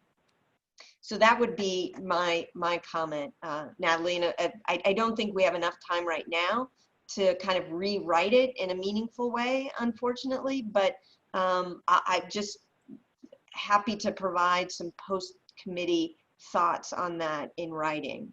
So I don't know if others have any kind of comment. I think we lost Natalie, and so. It does seem that way. I'll try to take notes to pass along to Natalie, and okay. Well, but I do want to respond, Dean Gardina. I understand then the goal is to look at alternative language that gets to the concern of having a dean with relevant background and an administrator, but the prescriptive component of is what you want to comment to.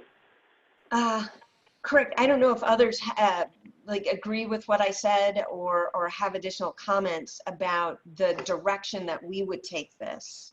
So I'm not hearing disagreement with the underlying theme of it, just with the prescriptive nature of it, unless I'm mishearing stuff. Yeah, Greg. Jackie, let me make a specific language proposal. I would strike the second sentence.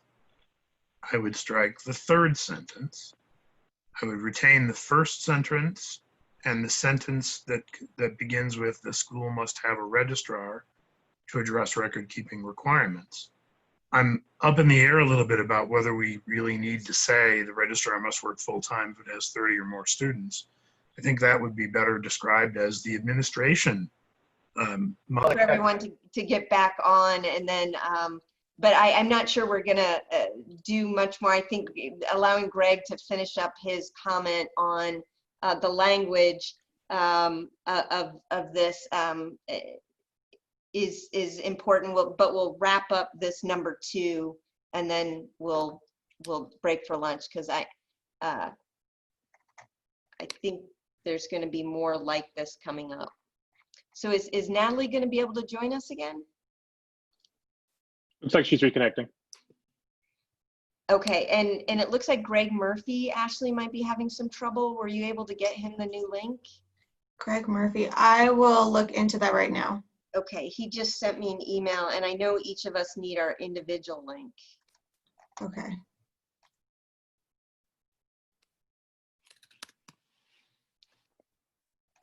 Yeah, he sent it to you are on the email he just sent, Ashley.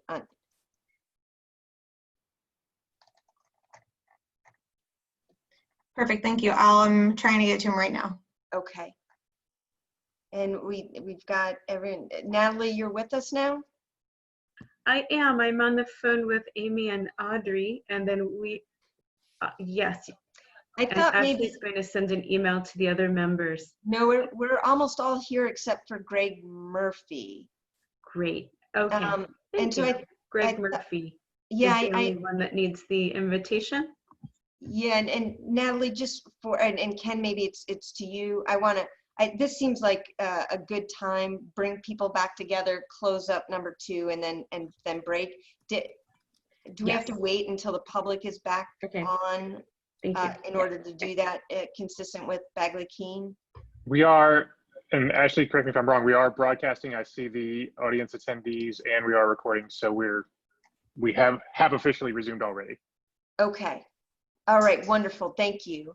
And we will be sending a communication to, Amy is sending a communication to Mr. Murphy as we speak.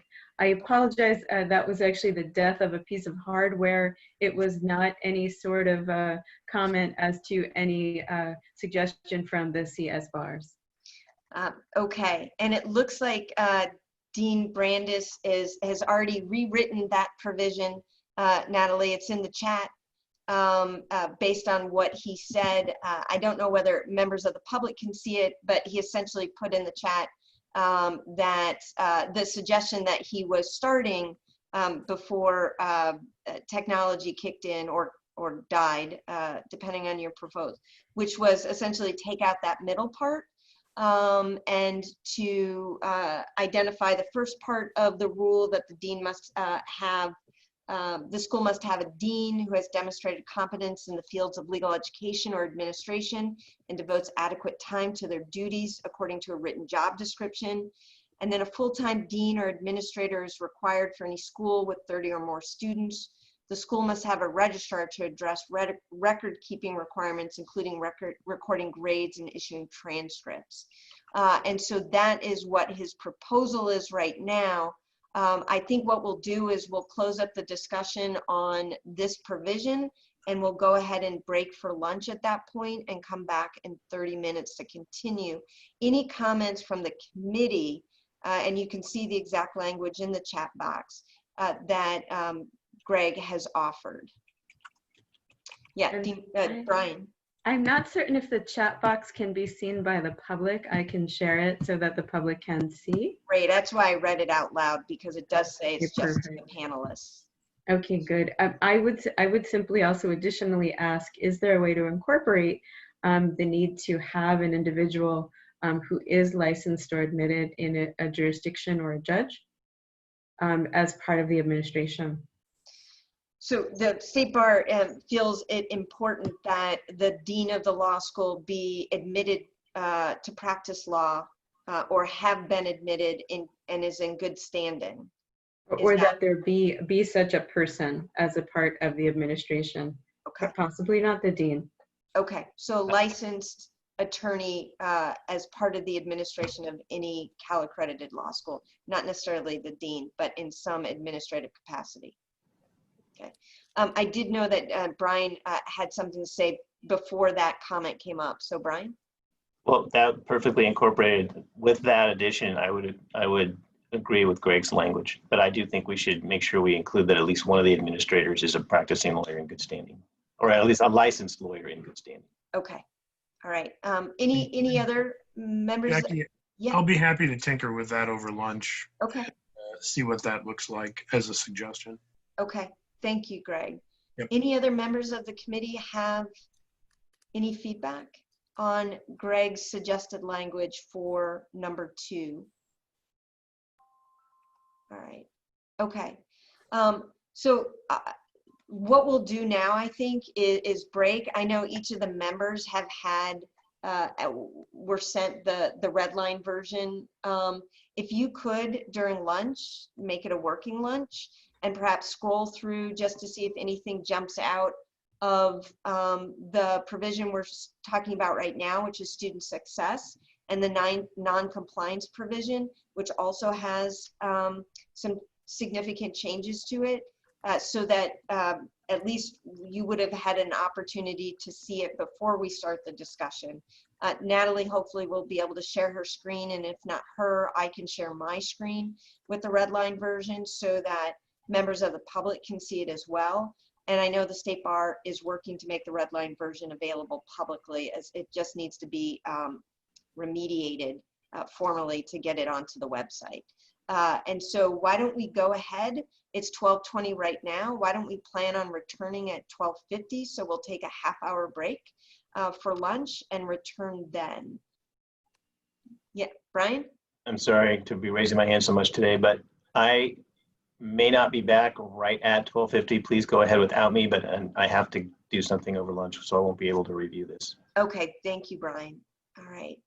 Okay, so why don't we adjourn from 12:20 to 12:50, and we'll pick up with the next provision of the student success changes.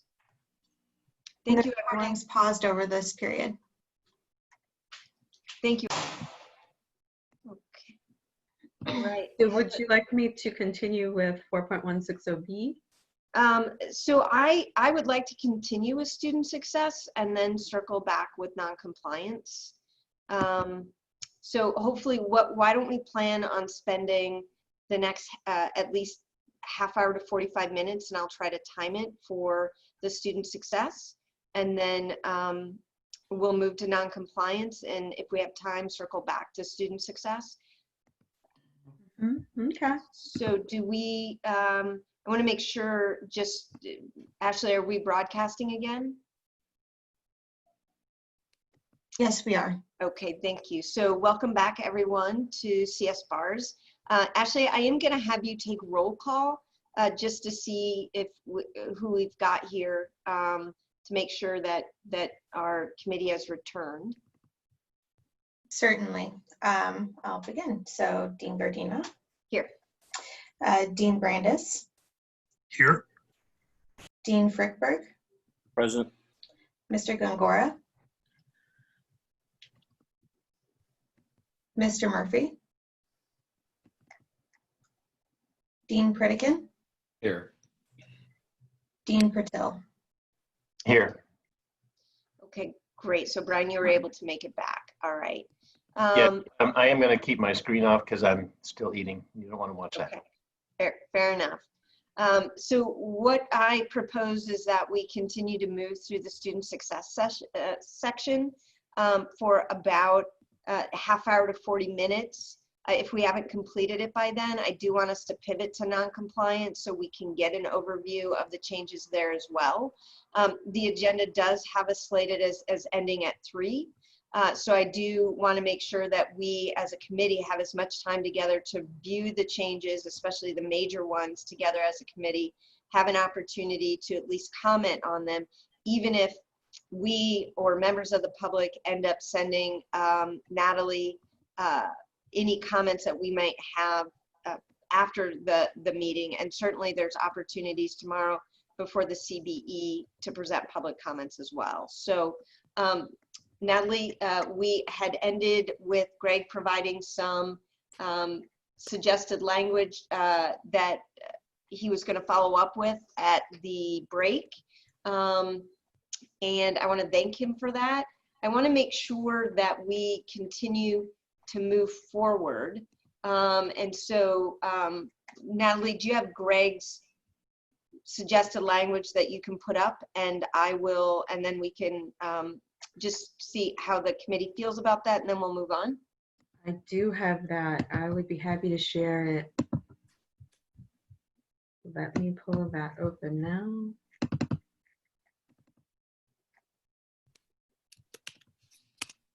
And I'm just going to make it a little bit larger so people can read it.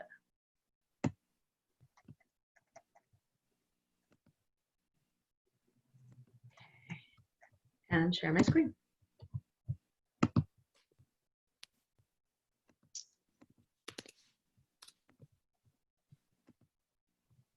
Okay, can everyone see that? It begins with numeral 2, administration. Yes, thank you, Natalie. That's actually all we see. Right, this is just Greg's recommended language that he sent to Natalie over the break.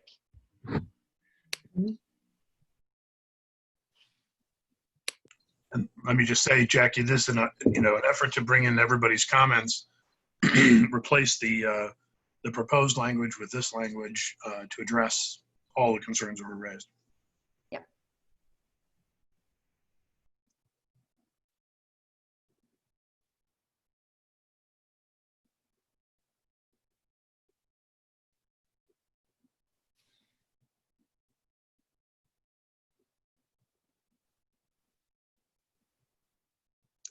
So any comments from members of the committee regarding this language? Does it address the underlying concerns?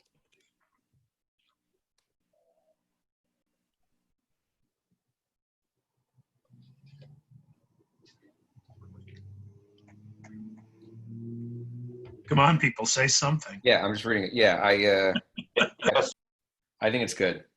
Okay. Jay or Brian? I like it. Okay. All right.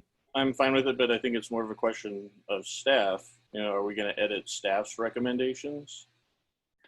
Question. Well, this is part of the staff speaking. I have a question. I don't see in this part the element such that the person cannot serve if they are suspended or disbarred, which I did by omission in the other, just saying admitted. Or is that's what intended? Admitted would cover that circumstance? Well, I'm seeing the person be able to graduate from school, but potentially also be disbarred or suspended and continue on in practice. I support that, and again, Natalie, I think echoing the idea that there'll be at least one full-time administrator who can be the representative of the profession and be that role model for students, that person should be in good standing in whichever where they're admitted or were admitted. So I would support the idea that the person should not be suspended or have been disbarred by any Board of Bar Overseas. I don't know if other people feel differently. Well, does that include past suspensions or just no current suspension? It's intended to be current. And the other wrinkle with admitted is that it doesn't necessarily include a person who may have retired from the practice and resigned in good standing, and such a person might be a candidate who's interested in being a dean. Yeah, I mean, admitted doesn't mean you have an active license. So as long as you've been admitted at some point in the past and you are not currently suspended or disbarred, I think that would cover it, right? Let me just say it's easy, or is admitted to practice and not presently suspended or disbarred. Yeah. In jurisdiction. I mean, it's very simple to make that change. Yeah, I'll make a note.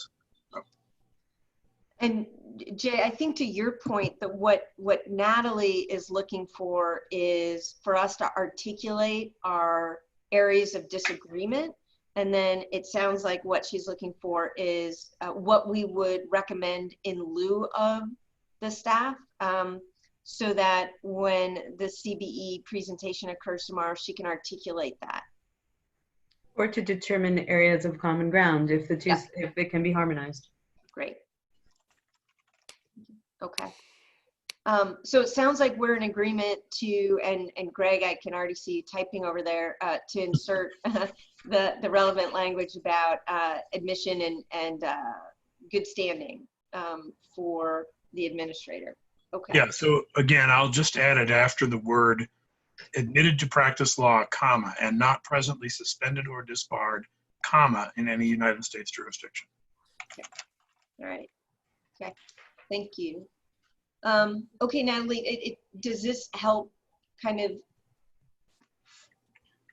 help you articulate the CBE's desired outcome with this? Yes, I believe it does. Thank you. Great. So again, Natalie, I don't know whether you can share your screen with the red line. Yes, can we see the red line? Yes, and I think next up is 6, admission. It looks like at least in section A,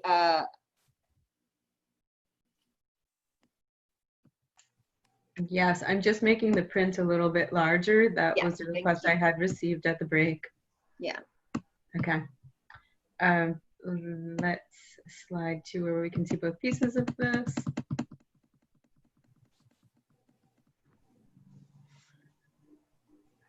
Okay, so here in admissions, 2 changes. One, really one word, but I do know that this was a point of some discussion in CSBARS of that single word regarding regularly admit students who are obviously unqualified. CSBARS provided several examples in which they did admit students who did appear obviously unqualified, some of whom continued on in the program with success. And so CSBARS was interested in retaining that discretion.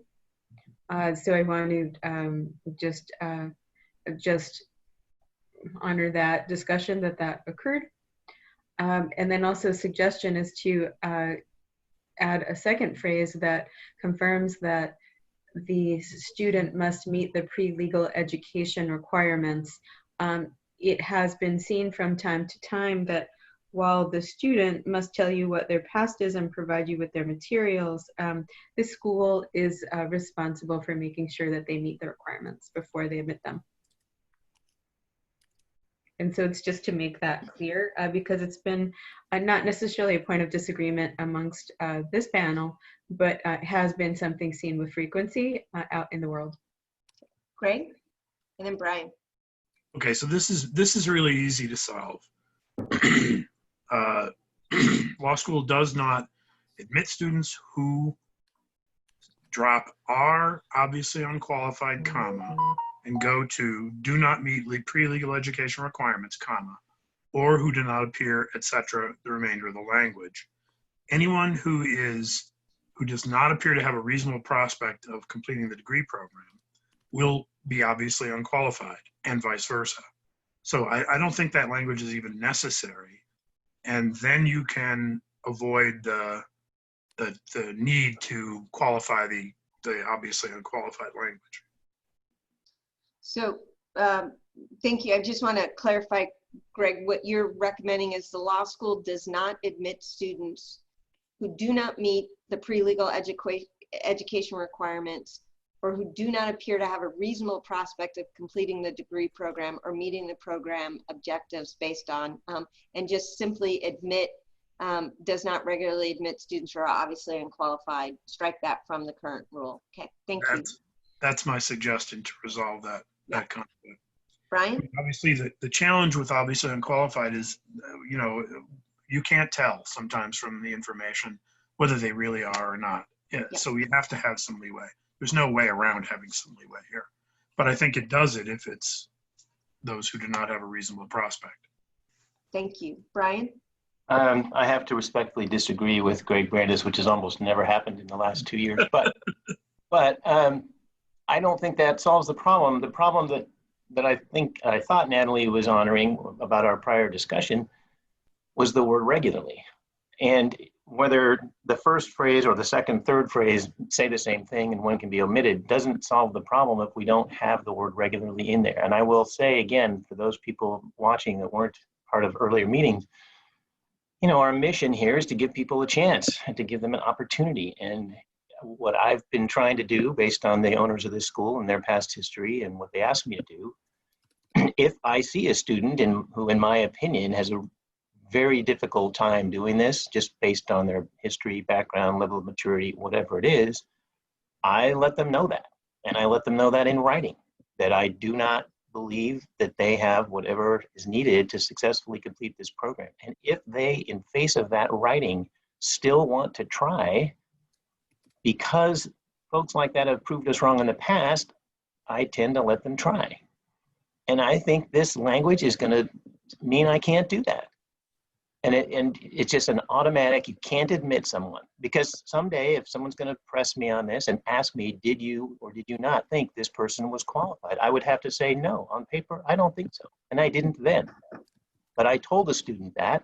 The student still wanted to give it a try. These are adults. These are people who know what they're doing. So if we're all about full disclosure and opportunity and enhancing our outreach to people who otherwise don't go to law school, don't handcuff me with this language. Thank you, Brian. Others?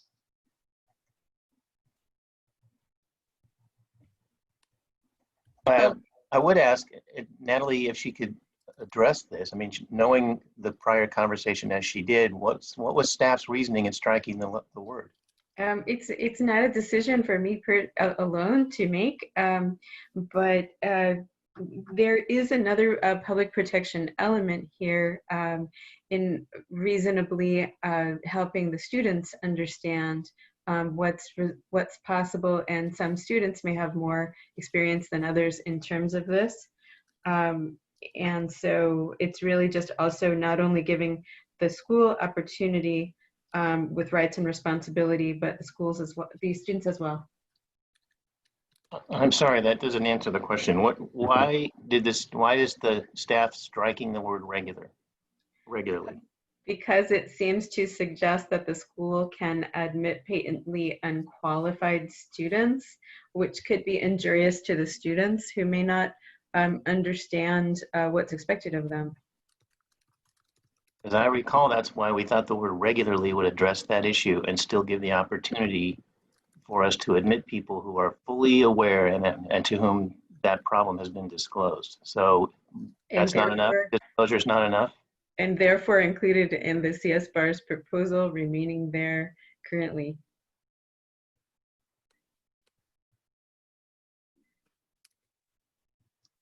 Jay or Marty, anything to add? No. Okay, all right. So we have, Brian, you don't feel as if Greg's recommended language solves the issue that you've identified. It removes a potential redundancy, but doesn't leave room for the opportunity mission that you've identified that CALs promote. You have summarized my opinion correctly, yes. Okay. And I have transcribed it for sharing. Okay, all right. Any other comments on this, or just to move on to the next one? Okay. All right. So why don't we move on to C? Okay. C removed the requirement to receive transcripts prior to regarding inquiring prior law school attendance. And the status of the student at the school. Here, it's suggested that they have official proof of the student's performance and standing when they left in the form of a transcript. I thought the earlier version did require an official transcript if they had prior law school attendance. The CSBARS version that I had did not, so maybe we're in agreement here. Yeah, I don't. And my guess is this is the way that most schools would make that determination. I can't imagine how else one would, or one should. Well, But not take it something away. there because it says receive an official. So it must have been an official something. Right. Right. But no disagreement with the language, whether it was originally in the CSBARS or added by staff. Any disagreement that we should receive an official transcript? No disagreement on the transcript, Jackie, but unfortunately, not all transcripts confirm standing. Mm-hmm. Many transcripts, in fact, do not include that information. So there's no way, absent a special separate process. If the student graduated with a degree, the degree essentially represents standing. Short of that, if a student left at some point, I mean, I've seen transcripts where it would appear obvious the student should be on academic probation, but there's no record of that on the transcript. So I don't think we can do that. And I'm wondering, I'll have to go back to ours, but I'm wondering if we had stayed with that letter of standing from the registrar, which is certainly what we get, or what we're required to have now, as well as a transcript. So is it receive an official letter of standing and a transcript confirming the student's performance? That would work, and it's not required that the student was in good standing, so that was not intended to be added. I mean, I don't want to make a requirement that schools have to get a separate letter of standing aside from the transcript. I mean, usually the transcript you can infer from what their grades were and what their, GPA needed to be, whether they were in good standing. It just doesn't say that in so many words. So I would think just getting the official transcript is what happens in close to 100% of the cases and should be sufficient. I would say just receive an official law school transcript. I think the student was dismissed for cheating or some other disciplinary infraction. Would you want to know that before they were admitted? I would, but I mean, well, I'd want to know that, but we ask, have you been previously academically disciplined, right? Or dismissed for, whatever it is, code of conduct violations. So I would certainly want to know that. I don't know that we need to mandate that. I mean, I think it's a good practice. I don't know that we need to mandate it. I mean, the student's going to have to disclose that when they apply for the bar. Yeah, it's almost impossible. I mean, the way this is shaping up, for every single student who says I had prior law, you would have to go inquire at the other law school about any instance of anything that occurred. And they're not going to tell you for their own liability reasons. They're not going to respond to those inquiries in the depth that you would need to address the concerns that are being expressed. I don't think it's possible. But it sounded earlier like that is part of your inquiry. From what Dean Pritikin said, you have a sense of the standing aside from just the transcript. Or isn't part of the application process to find out somebody's, whether somebody's had some kind of, infraction, related to right, but cheating incident. We don't require the school to provide documentary evidence of that, is the point. Like, the student's supposed to self-disclose. If it turns out that they concealed something, that lack of candor on their admission application could be grounds to expel them. Mm-hmm. But we don't ask in each case that a student has a prior law school study that the law school itself provides some sort of documentary evidence that they haven't been expelled, haven't been, whatever. We don't do that. And they wouldn't be able to provide you with, for example, honor code violations anyway. There's no way they could disclose that without getting in trouble on themselves.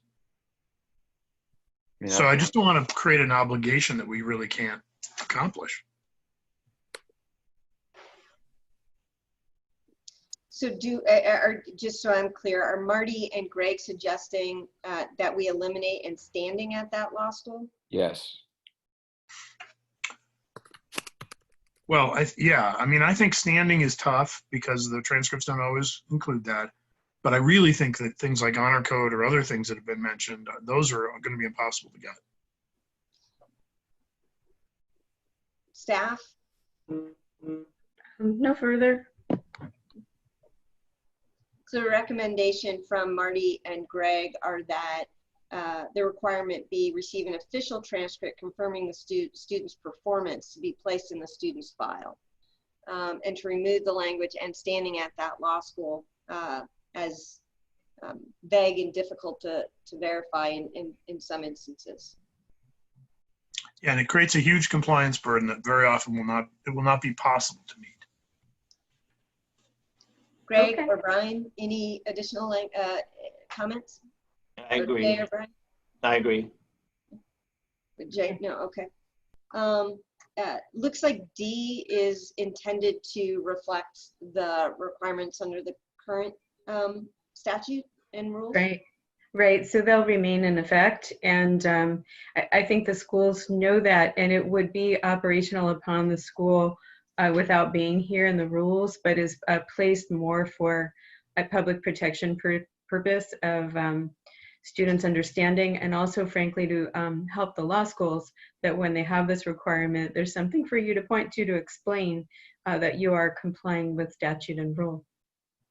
Any comments or concerns about this language being inserted? Jay? Just the last sentence of D, the student must pass the examination before any credit can be awarded. It's my understanding of the current system, we have to award credit for them to qualify for the first year law students exam for the first year. I think the intention was for credit after the first year, but I'm not sure if that was staff's purpose. So you would award credit before passing, and you would use this as a gate for them to move the second year differently than it is posited in a registered school? Correct. So if we have a special student, we would have to award them credit so that they would then qualify for the first year law students exam for contract towards crim law. That's my understanding. I would suggest the following. This is really just meant to track the eligibility standard. I would propose that staff verifies with eligibility the exact nature of the awarding of the credit, and then either maintains or so adjusts it as you described. Thank you. Any other comments or questions about this staff inclusion? Okay. All right. Number 6. Okay. Prior to this, there was no information about transfer credit. So the transfer provision is added, but it is adjusted in the prior proposals. 30 credit for transfer was limited to 36 months. And in these rules proposal, this is relaxed to allow a school to accept credits older than 36 months while documenting good cause in the student's file and confirming disclosure to the student that they'll have a responsibility to keep their knowledge current to pursue licensure. And I received a comment related to this last portion. This very last portion is the new portion.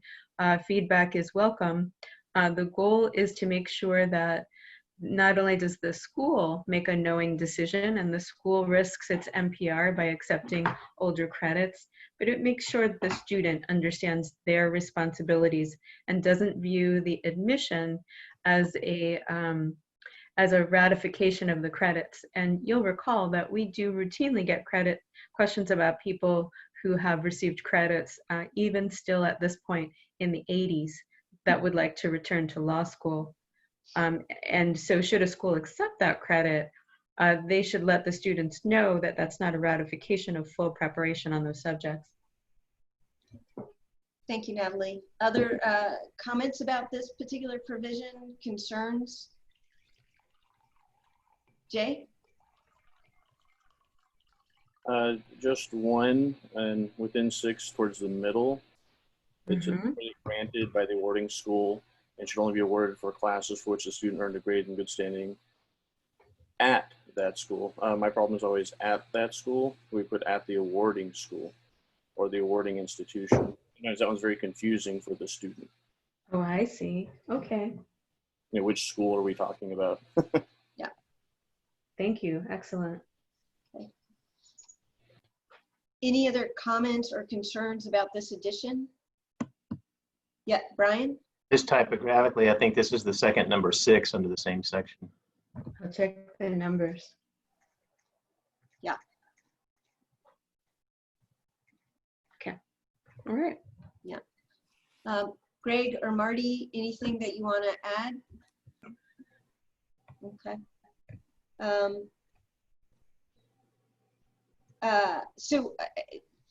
Number 8,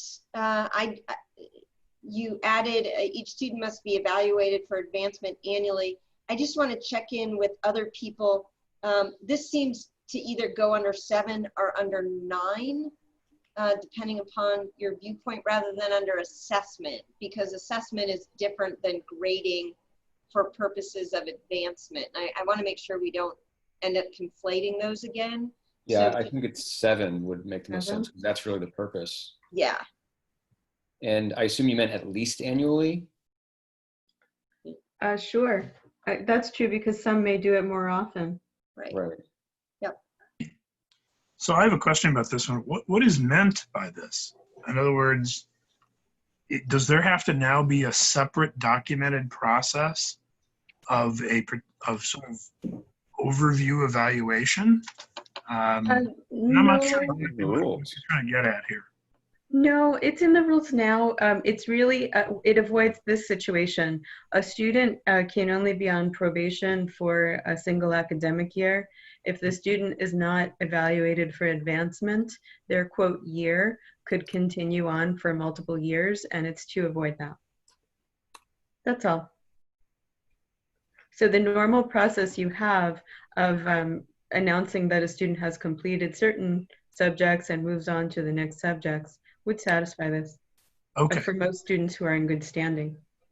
Okay, so when the registrar determines good standing at the end of any given term, that's all you're talking about? Yes, or alternate standing if other than good standing. Right, right, okay. All right, that's fine then. Okay, so it can be moved up to 7. Yeah, I think it belongs under 7 because 8 is different. Okay.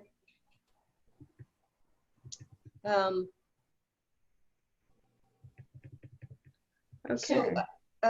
So now we're at 10, the quantitative academic requirements. Yes. Yeah. And so right now, the current rules require the study to be 32 to 84.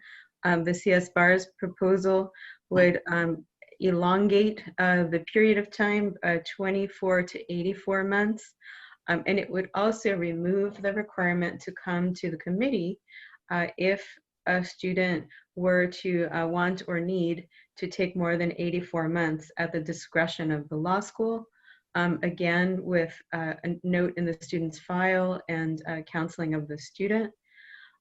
Staff proposal removes the suggestion that a period less than 24 months would continue. This is in concert with a staff deletion of the replacement of courses with competency exam scores, and therefore assuming that 24 months would be the shortest reasonable period of time, even in an accelerated program, and a shorter period would not be warranted.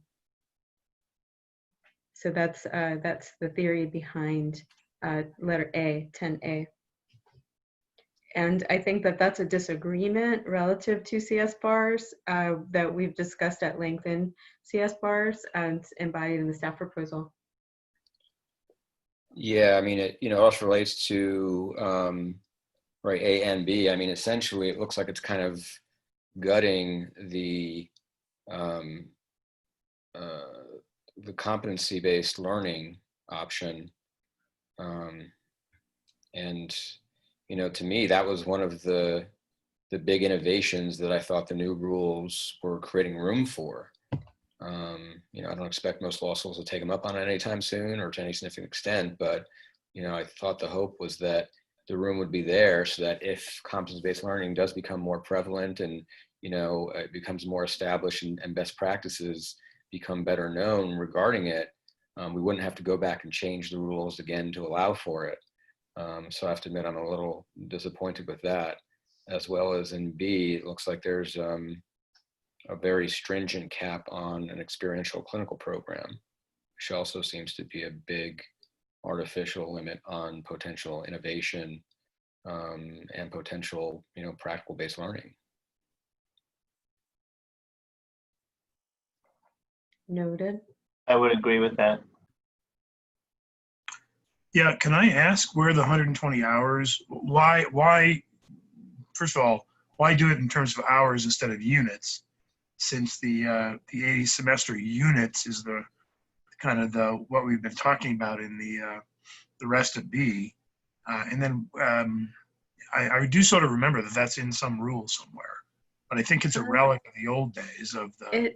It was designed to keep it to the 10%, and the thinking was 120-hour equivalence relative to 1,200 hours of academic engagement.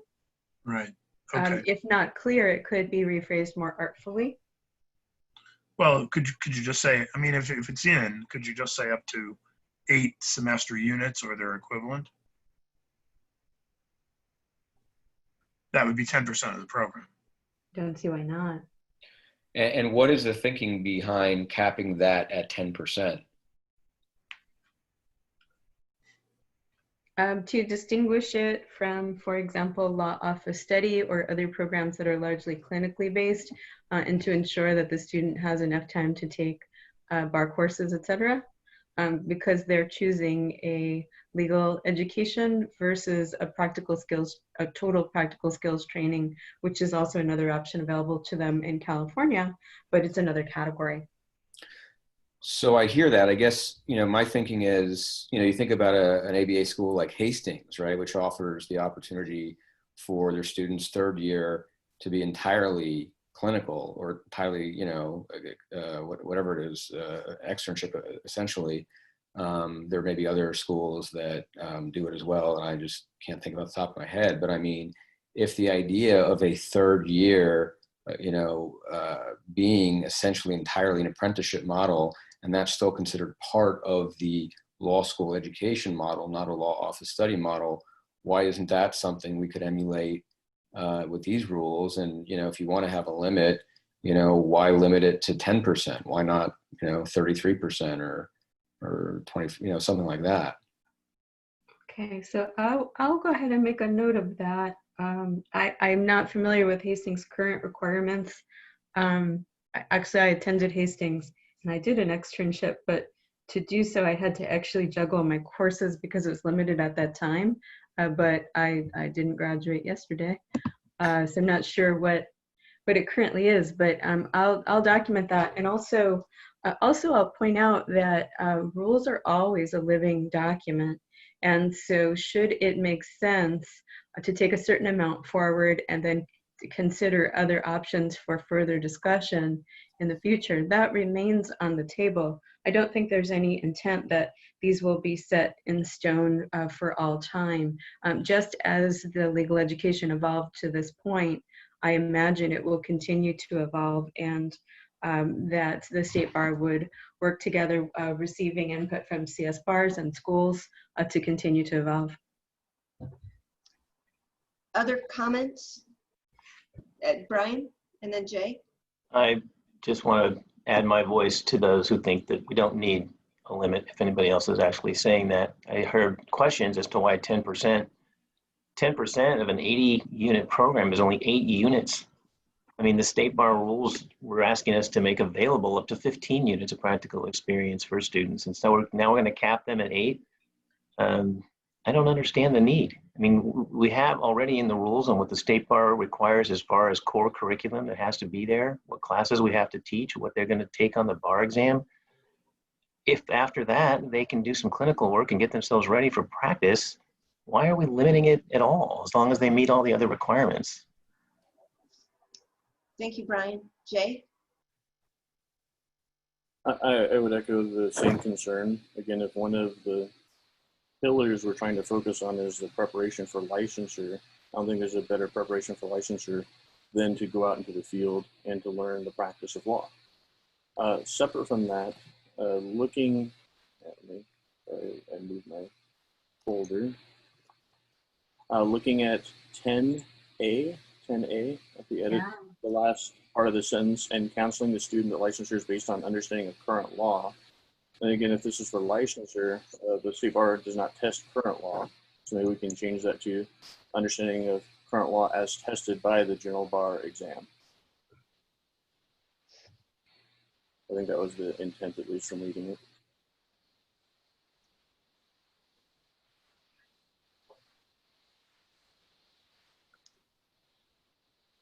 Okay, and a suggestion I would make is for staff to check with the examinations department to confirm that understanding and take that clarification pending the insight of that department. Thank you. Okay, Great. will Great. do. Great. Great. I'm sorry, Greg, did you have your hand up? No, okay. So I just to echo others' concerns, again, going back to the intent that we had when we created these rules, kind of the mindset that we entered it with, again, it was to modernize and leave room for innovation. So concerned, as Marty articulated, that competency-based education was removed as an option. Again, it's a highly difficult thing to establish. The assessment is incredibly rigorous, so it would be unusual for a school to be able to move forward with it unless they had an incredibly strong and rigorous assessment program already built in. And it does leave room for innovation. This is a direction that higher education is going, even in small pockets. And I can imagine, and I'm sure we all have had these students in our schools where they have lived and worked in the legal field for 10, 20 years or longer, and could probably easily establish that they're competent in civil procedure or another kind of course. And the idea that we're making them pay for and sit through a course also flies in the face of the affordability as well as the efficiency argument that permeates higher education discussions right now. I would really like the competency-based education to be put back in, even if it has with a caveat that that schools must establish that they meet the high level of rigor necessary for the competency-based piece. But to me, it removed one of the places where we were creating room for innovation. I would echo that same thing with the experiential. The NPR already creates pressure upon schools to ensure that the students take and are able to perform for the California bar exam. Nothing so far establishes that they need to perform as a competent, skilled, and ethical attorney. And we know that the bar exam doesn't necessarily establish those basic skills that every attorney needs. I too would like to see that experience or clinical program number to have more flexibility in it, and leave it to the schools to determine whether students should be able to take more than 8 based on their performance and abilities, as we've seen in schools. At my previous institution, students with a particular GPA weren't allowed to go on a semester-long or year-long experiential programs because they did have a requirement regarding the kinds of knowledge and skills they needed to focus on in the remainder of their law school career. The school made that decision. It wasn't something mandated by the ABA because we wanted those schools to, those students to be successful. So I think it goes back to that idea of leaving room and trusting the schools to make decisions that both benefit the student and benefit the profession. So I would support both the competency-based education being placed back in and the number of hours in the experiential or clinical program to be expanded.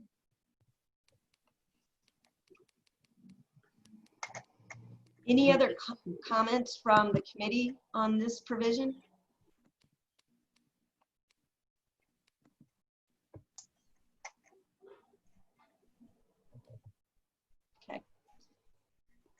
Okay.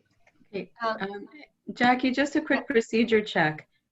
Is my camera on or off from as far as you can see? It's off.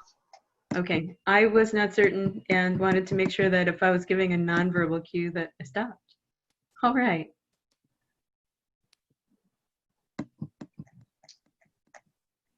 You know, Natalie, just because we disagree with you doesn't mean you have to give us a bunch of nonverbal cues. You know that we have always been able to have healthy dialogue, and today is no different. I'm teasing you. Let's see. I'm moving to student participation in an experiential or clinical program, and I would suggest that the same comments be applied as to this section so that those comments be harmonized and applied to this whole section here. Okay, the next part here regarding full and part-time, letter F. So let me explain the thinking here, and I welcome, I always welcome, but in particular, I seek the comment of CSBARS. The prior rule set had a significant amount of experience, not necessarily ported here, requiring a certain structure for the schools. The reason for that level of structure was because if a student does not, for some reason, graduate with a JD, the State Bar has another avenue, a 4-year rule avenue for a student to qualify without a JD. However, the requirements for that are very strict in terms of the calendar and the nature of the study. And so it is possible that if a student were to take advantage of one of these innovative elements, but then not graduate for one reason or another, they would lose access to a very valuable benefit, the 4-year rule means of qualifying. So suggestion is to simply return the guideline of full and part-time status as a general thought, and possibly in an accompanying guideline or advice memo, we could teach students as to what it was, and they could decide how to structure their education. You notice there's no directive in here. It's really more informational, but that's why the information is there. And I'd welcome comment. Well, it doesn't seem entirely informational to me because it says full-time. This is 10 we're talking about, 10F? Yeah, 10F. Right, it says full-time students must be enrolled in, et cetera, et cetera. And, this kind of ties in with, my comment before about competency-based learning. I mean, you could potentially do a competency-based learning course not on the pace of a traditional term, right? And so you might be a quote-unquote full-time student, but not necessarily be taking 10 credits within a given term. I mean, I think we already have the requirement that they graduate in, not less than 24, not more than 84 months. There's a certain number of total hours. I don't know that we need to layer over this additional regime of credits per term as well. I think it might add more confusion, and I think it might further constrain innovation and flexibility among schools and students. Okay, that's very helpful. Thank you. Other comment? Brian, and then Greg. Well, this is my first time reading it, but it looks like it's somewhat inconsistent to start out by saying students must be enrolled in, no fewer than 6 and no more than 10. But then at the last sentence says that if they are going to go beyond those parameters, we have to put a memo in the file stating why. So they either must enroll in them or it's discretionary, but I can't see how we do both. Would you feel better about the provision if it were clearly established as discretionary, provided for a guideline, and then later explained to the students, this is why you may or may not choose to set up your schedule that way? Yeah, I mean, I think, especially right now, I'm certainly being faced with lots of situations. I'm sure all of you are too. The fires up here and down south are adding to the COVID-19 issues. But just in terms of who can handle what kind of schedule, I'd be more comfortable with this rule being a guideline and more than an actual rule. Instead of it saying you must be enrolled in, you could just change that word to should, as a best practice. But if you find as the school administrator that you should vary from that, you got to explain yourself. Greg? So I'm completely lost because, Nellie, I just have, going back to the explanation you gave. Yeah. This would not qualify a person to sit for the bar under the 4-year rule.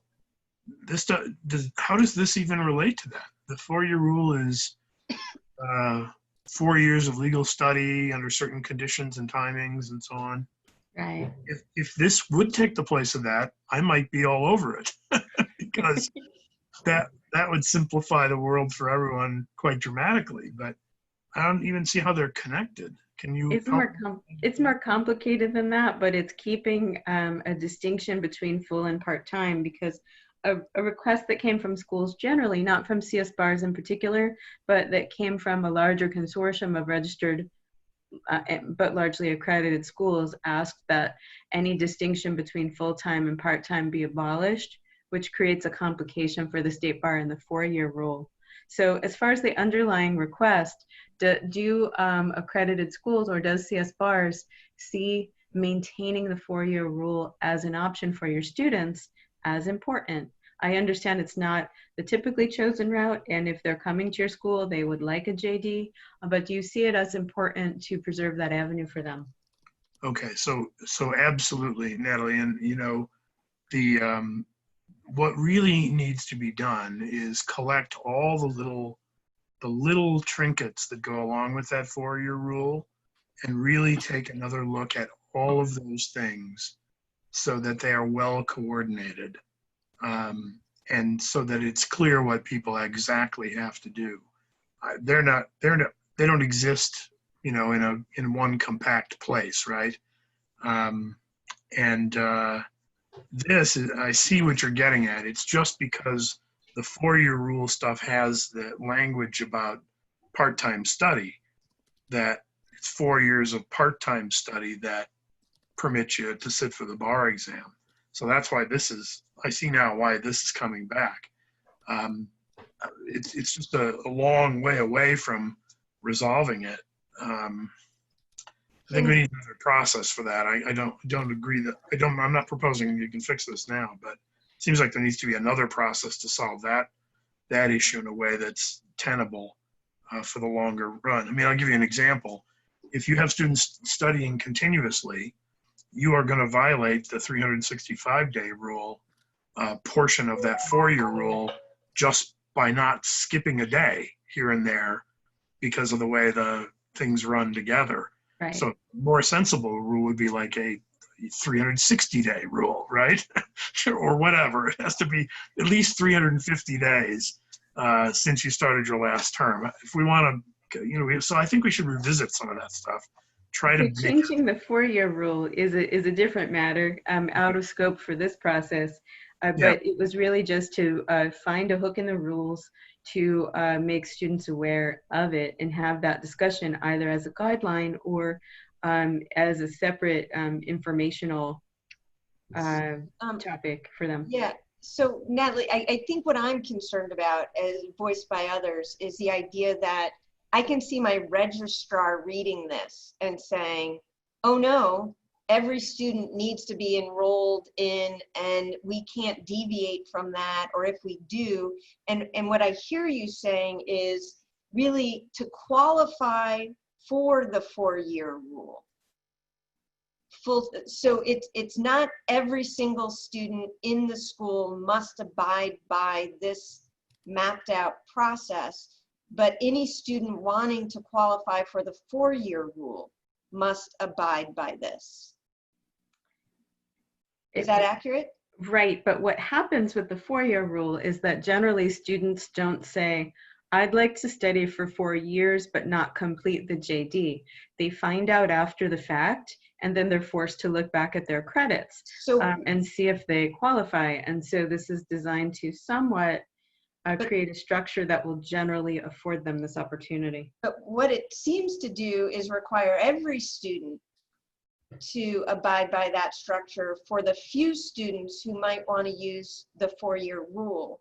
And that's the part that I'm uncomfortable with, that at least the way that I'm reading this is that the curriculum should be set up to meet the 4-year rule in case some student decides that they might want to do it down the line. And I don't know if this appropriately fits in a student success section. It sounds like what you're talking about is a transparency section where the school might need to alert students that this option exists, and in order for them to have access to this option, this is how they would need to structure their school. year, or an advising component around that built in to the degree component. I guess I don't see this as a student success piece. And I'm also, it seems like we're structuring our curriculum and our students' experience of it through the lens of the 4-year rule. And that seems like a tail wagging the dog, unless I'm misunderstanding what you're trying to accomplish here.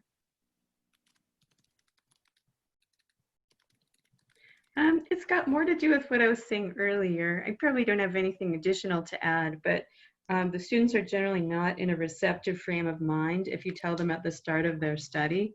It becomes later when the subject is live. And so it's a public protection element to have structured the courses so that it becomes available to them. I have to build my curriculum and have every student meet this in case at a future date they might want to take advantage of the 4-year rule.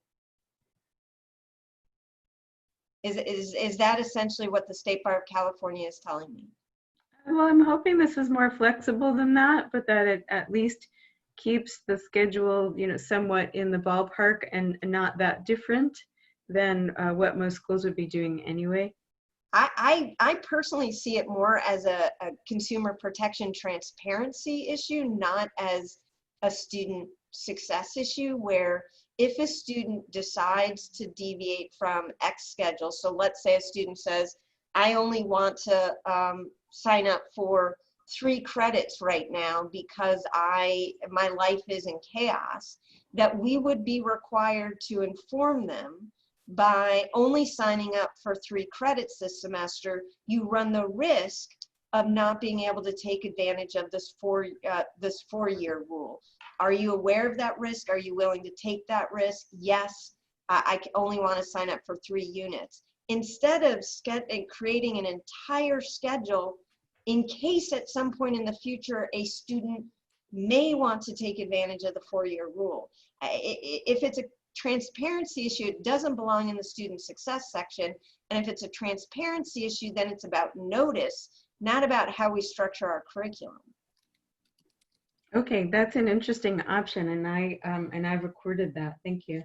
Do other people have a disagreement with how I framed it?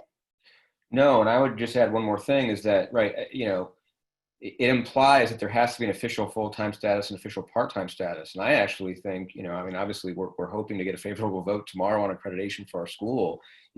One of the potential advantages I would hope to be able to step into is the idea that, let's say you have a student who's an accountant, right? And April 15th, in most years at least, is a pretty busy time for them. Maybe in the term that's going to have finals coming up in May, they could take one fewer classes that term, right? And then resume to a different set. So, if we have to have these official statuses that they have to do a change of program request each time they want to adjust their credit load above or below a threshold, that really reduces a lot of the flexibility that I think is probably really important for the typical type of student that's choosing to go to a Cal accredited school because of their other commitments. Brian? I couldn't agree more with what Dean Pritikin just said. And plus, putting some sort of artificial part-time versus full-time in our schools situations, all of ours, is also inconsistent with the earlier rule we just discussed about even allowing more than 84 months, if need be, to complete the program. I mean, I don't understand it. And I agree with Jackie Gardenia that we should not be trying to conflate the 4-year rule about how you can qualify to sit for the bar exam with this. Thanks. Okay. Greg? Mine is extremely minor. Natalie, just a typo correction. The school must place a memorandum in the student's file. And the version going forward actually already has that correction. Perfect. Terrific. Thanks. Dean Frickberg, anything from you on this? No, I think there's consensus on our side. Did everyone consent around me? Okay, perfect. Okay. All right, I'm going to slide up, not to skip 11, but to better capture the faculty section. Pardon me, Natalie, could we take one quick second on a piece we skipped over? Sure. Part C of 10, where a semester unit is defined. The addition was and a total of 45 hours of engagement. I would like to propose, instead of the word engagement, student work or something similar, so as not to confuse verifiable academic engagement with other things. That's just a suggestion there. That's really, Could preparation also be an acceptable substitute, or work is better? no, you don't want preparation, because it isn't actually 45 hours of preparation. It's 45 hours of student work total, right? Okay, got it. Okay. It's just to keep it from being confused. Thanks. So what's the word you want, Greg? I said student work. Essentially, activities that we assign to the student in the course of the curriculum. And I am conscious of the time, so I just want to see, it looks, Natalie, like after we get through the faculty provision, we can move directly to non-compliance. Sure. Okay. Okay, I'm going to go back to where we were with faculty.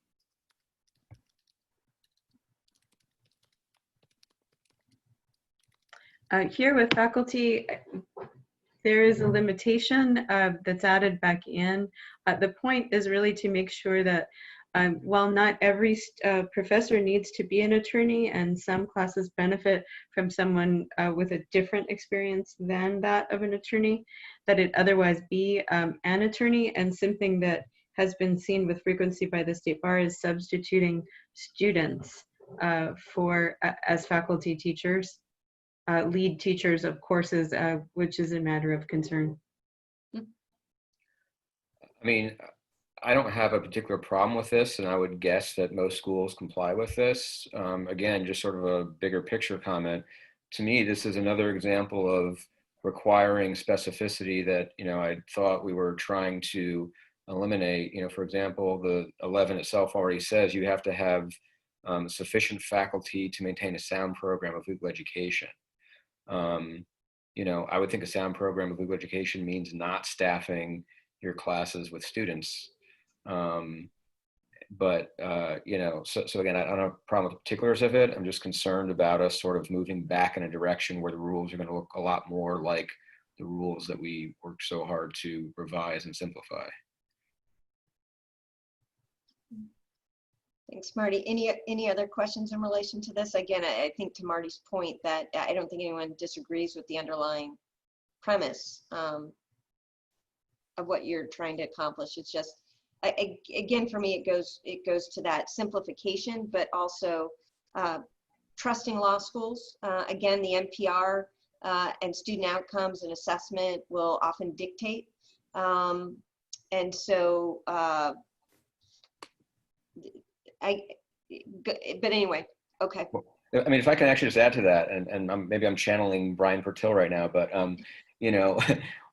because most schools probably comply with it anyway, what's going to happen is this is now another regulatory requirement that schools are going to have to verify, which means we're going to have to check the licensure status of each of our professors. We're going to have to do those tallies, tally up what our total professors are, and make sure we hit the 80% mark. And that's not an insurmountable burden to do. Maybe it takes a few hours a year, but again, little things add up where it's increasing the time, the cost, the burden of administering the law school. Brian, did I channel you sufficiently on that? Exactly right. Yeah, got it. I have channeled both Deans Pritikin and Pertil on this point. All right, thank you. And while channeling Dean Pertil, I will gingerly note that first of all, there's a numbering issue. Number 12 needs to be made number 13, I see. Yeah. But the word periodic is changed to annual. This was a specific request that came from the committee regarding evaluation of faculty, that with the advent of technology, easier ways to monitor, comes an easier way to evaluate faculty and give them feedback on an annual basis. And so this is a direct request from committee members. So I respect that. The only thing is, one of the reasons why we had wanted it to be periodic in this particular provision, this is actually separate from the idea of, does there need to be an annual report, right? But the issue with this is, what if you have faculty who don't teach every year? So if it's implicit that, annual assumes they are teaching every year, and if they don't, then you're not obligated, then I'm probably okay with that. But that was what I recall being a specific reason why that language was suggested to be changed in this provision. I don't think it would be intended that they would receive an evaluation if they were not teaching. Fair enough. Can the language be clear about that? I mean, you could have somebody who this language would say you do have to have of record on file every single year an evaluation of every faculty member, right?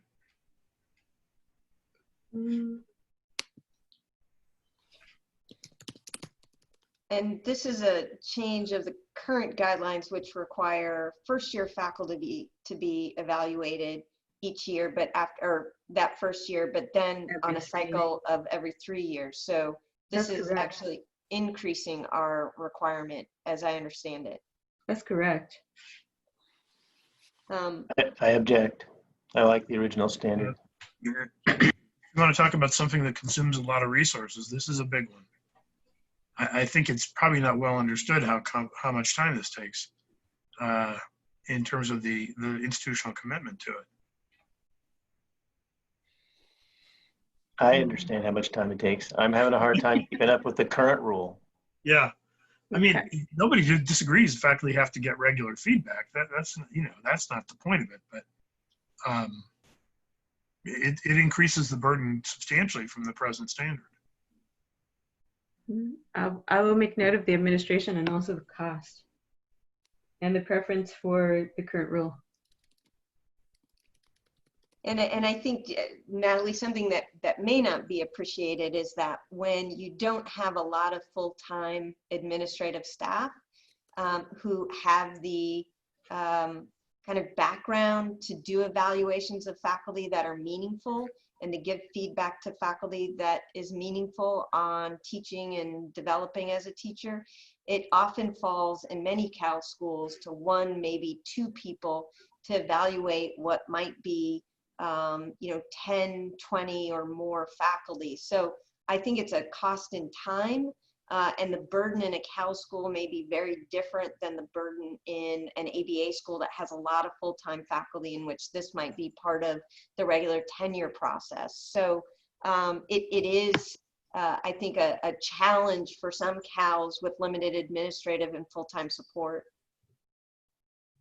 Thank you. Okay. Anything else on this? All right. So Natalie, there's some substantial changes to non-compliance that we want to get to in this last hour. And then if we have time, we can circle back. That sounds great. Let's just enjoy as we slide through C that there was complete agreement. The section spearheaded by Mr. Gongora. Well, I see that Dean Frickberg has his hand up. Just if possible, if we could stop at 4.162 on the way there, just for one word in controversy. Yes, sir. That's our mark page 20, I believe. I did have one question about something we just passed, but it's not critical. Do you want me to go back up or send me an email? I can send you an email. Please do. Okay, 4.162. Last sentence of A, the inspection team will be conducted by the state bar staff or designees and may include, if we could change may to should. Again, it doesn't require the committee to do that, but I think it's a very critical component for law schools to visit each other as part of a peer evaluation. That's very common in the accreditation world, but also having a committee member so the committee members can actually go to a school, even if it's virtually like we're doing right now, and learn about those schools and those students in person versus reading reports. Okay, thank you. And I'm not seeing it at this moment, but I feel like in the CSBARS proposal there was a phrasing like that. Yeah, because I think this came up, and I concur with Jay, both in the idea of a committee member, but also if we want true peer review, having other deans or full-time administrators from other Cal schools participate is a great way. If we're talking about best practices to get the kind of review that we would hope to get on those inspections. And part of the thinking behind law school representatives, besides the word dean, was because we also received feedback that not only the main dean, but also other deans with significant experience might provide important input, and so making that possible. I'm not combating the representative at all. I agree wholeheartedly. It's more the should that that kind of peer review is, I think, an important thing to keep at the top of the mind, not just simply may, but should include a law school representative. Okay, got it. Okay, shall I continue on to noncompliance? Yeah, I mean, there's other changes in here, but I think the noncompliance one is significant enough that we should review it as a committee. I do also want to pause and just to see, while she's getting there, are there any attendees who would like to speak to the provisions that we just spoke? Shockingly, Dean Winnick would like to offer a public comment. Ashley, can you mute? Yes. Thank you. Dean Winnick, you should be able to speak. Thank you. Just to echo a couple comments on that last item as to the inspection team makeup, to move an inspection team where it could be solely done by staff would depart from, I think, every known accreditation regulator process in academia. So I would concur with the idea that an accreditation site team should, or an annual site team should have non-staff members. Thank you. Thank you, Dean Winnick. Yeah, Dean Brandis. You know, I'm sorry for doing this. In B, sorry, what is this? 4.165B, under major changes requiring notice as opposed to advance approval. Mm-hmm. Point number 3, well, the first of the point number 3s says essentially, what is it? The school's website. What is meant there? The homepage domain. Okay. Should we say the school's domain, the school's website domain name or something? I think that would be clearer. Yeah. I agree. We're making changes to our website all the time. Oh gosh, please do not. Please affirmatively do not inform the State Bar each time you add a page to your website. You change the photos on there. You don't want to notice. No, thank you. Good catch, Greg. Thank you. Yes. And I have a similar sort of concern that is not here. There's a couple places where some language has been added that says something about every time you use the word provisional or accredited, you have to add, this information about by the committee of bar examiners. Honestly, can we make that so that it is in one place or another, but there's a social post and you're a social ad or something, you've got to add this long string every single time. Wouldn't it be enough that it refers them to the accreditation page or refers them to the website or something where that information is located? It seems overmuch to require it every single time you use that word. So you might suggest something like a bit.ly reference to the accreditation page? Is that what I'm hearing? Something like that. Yeah. Yeah, so it's, because you literally use that word all the time, and putting in that long string every single time you use it, as long as the item overall refers them to a place where they can get that in the information in that detail, or there's a link, or when you click it, it goes there, whatever it is. That ought to be, it would seem ought to be sufficient. Let me inquire about that. Absolutely. Okay, thanks.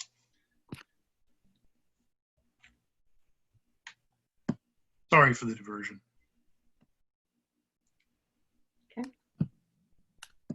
Okay. So with respect to the section on non-compliance, I think it's actually challenging to read this inside of the track change format. So I might suggest that we revert to the other versions, or just quickly summarize, which I'm happy to do, or perhaps if Deans Pritikin and Brandis would like to quickly summarize the CSBARS proposal. I'm happy to do either, because I think it's best to understand the CSBARS proposal. The staff proposal generally selects elements from that, changing just a couple of them. Sure, Greg, So do you want me to? Sorry, Natalie. Okay, yeah, so that might be a productive way, and I can bring up the CSBARS proposal if that's helpful. Greg, do you want me to do that? I'm not looking at my Zoom screen now, but I'm going to. Sorry, I'm muted. Yes, you were more the lead than me, so. Okay, fine. So basically, one of the main innovations that the CSBARS proposal did was it tried to split the notice of noncompliance into two separate steps, right? There was a notice of intent to make a finding of noncompliance, and then a separate notice of intent to impose sanctions, right? And the idea is that, under the existing practice, it was one and the same. So as soon as the state bar, issues a notice that they think you're out of compliance, they're also saying they're going to want to impose sanctions. So this was an idea to sort of break up the process, with a caveat that if there's an emergency situation, you can't wait to break it up, you could combine them. But absent some exigency in the ordinary course, first there would be the notice of intent to make finding of noncompliance, there'd be process around that, then the notice of intent to impose sanctions. Second, there was a general change that whenever there was a finding that was supposed to be made by the committee, that there was a standard stated of substantial evidence, right? Because no, evidentiary standard was stated before. In addition, there was a separate section included about interim monitoring, which tried to define what interim monitoring was. It specified that interim monitoring was not a sanction. It's not something that needed to go through full committee action. And so on the one hand, that gave state bar staff more speed and flexibility in imposing it. At the same time, it provided benefits to the school that it didn't need to be made public like a sanction was.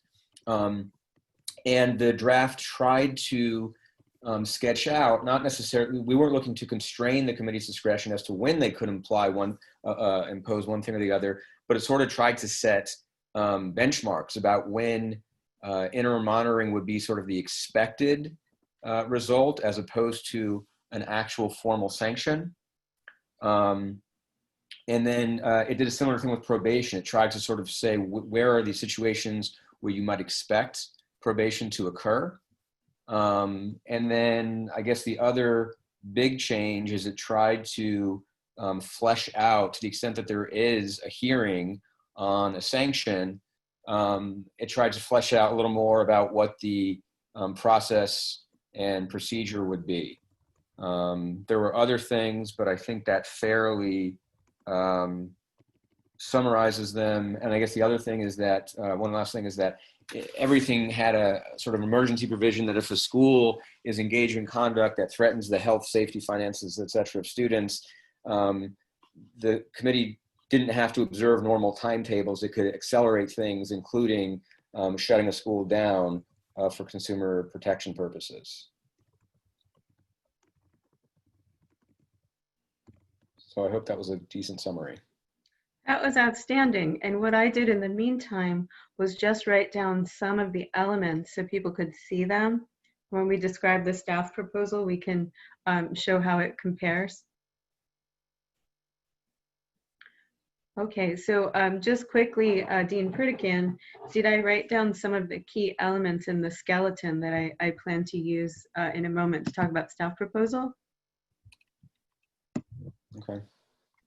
Yeah, okay. All right, so the staff proposal would suggest a couple of things. I'm actually going to make a copy of this so that we can return to it. I'm going to put it here, and I'm going to put it in a different font so we can remember which one we're talking about.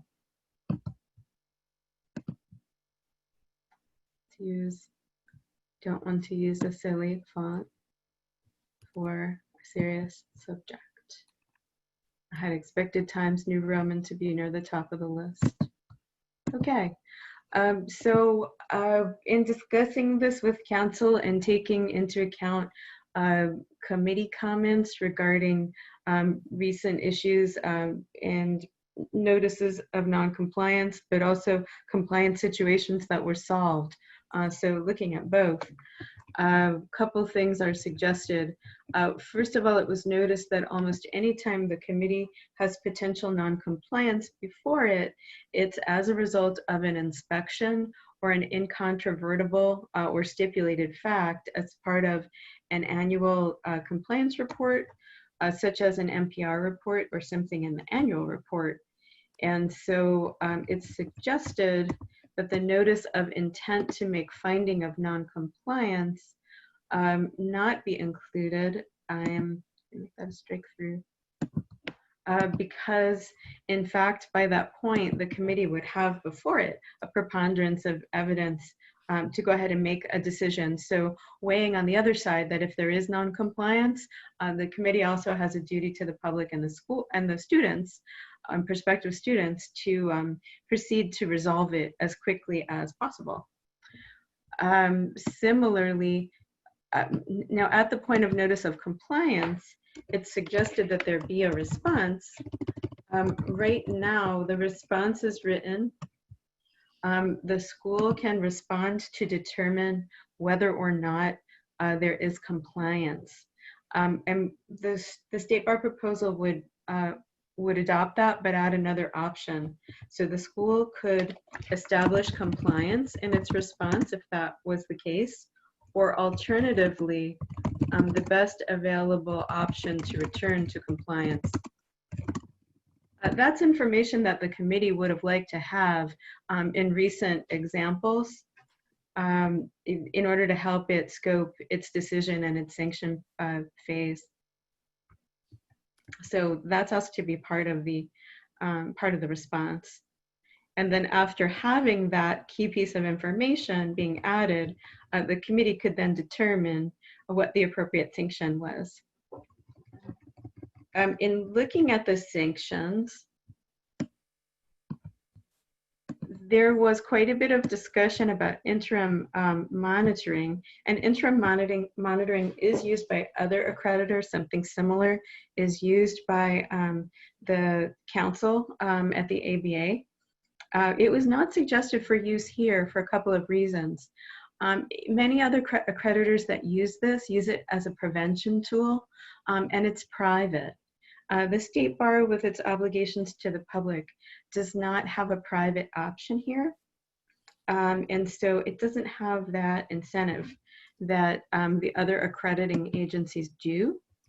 And instead elongates the time frame in which a school may be allowed to operate in a non-compliant status, perhaps without the public understanding. So it's suggested that probation and termination be the options, but that the probationary response can be flexible as it is now targeted to the situation. In terms of the override, it actually would delete fraud as an override for the purpose that the State Bar is not the arbiter of a charge of fraud. And so for the State Bar to attempt to determine whether there was fraud might not be appropriate. And so it's suggested that the standard be serious misconduct for an override. So I think that the purpose is the same.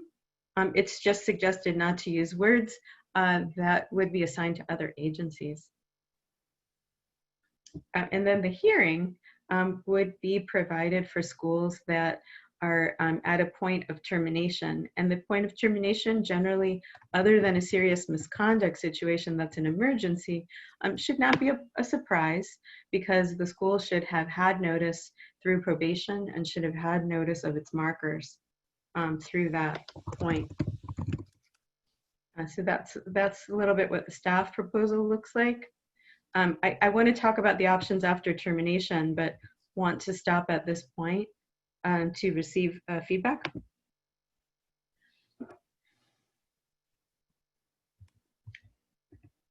Any initial reactions to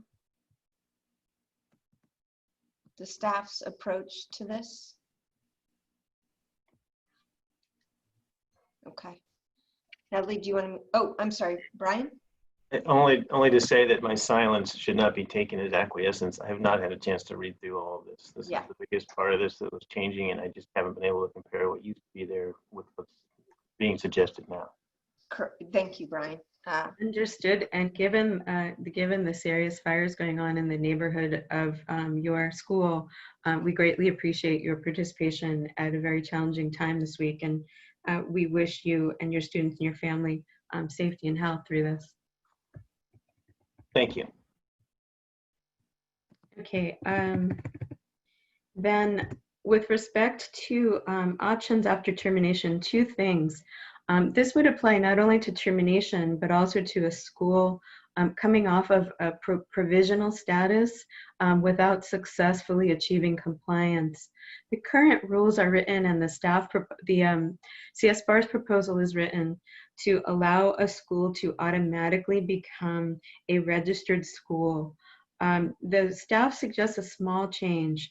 I think that it's intended that most schools in that position could apply, could qualify to become registered accredited schools if they so chose, but it often requires, getting back to the 4-year rule, it could require that the school restructure their curriculum. So if they port their accredited curriculum over directly, then it might put the students in a non-eligibility situation. So it's suggested that the school be reminded of its option to apply, and something in a guideline could potentially say that a school could decide to apply concurrently with the non-compliance process, and that would not be taken as an admission of non-compliance if they wanted to have that determination as a backup plan already executed.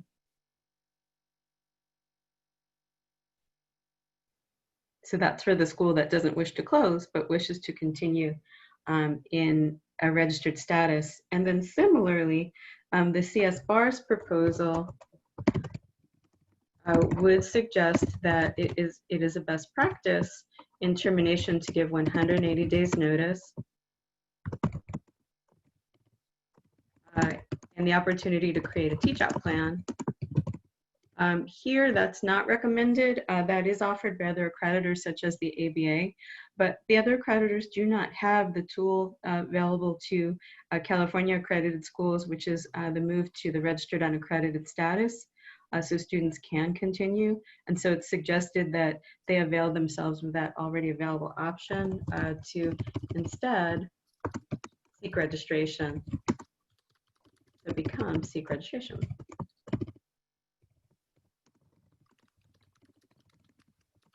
I do believe, based on prior discussions, that this is one area where staff and CSBARS have remained far apart for the entire discussion. My guess is that it would still, so I'm just explaining the reasoning, and I would imagine that CSBARS objection would still stand.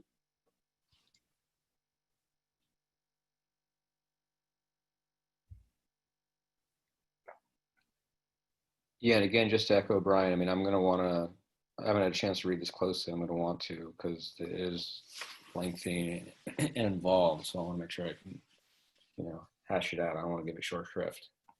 Okay. And so Greg or Jay, again, understanding that this may be the first time to go through a very lengthy set of changes, any initial reactions that you want to share here?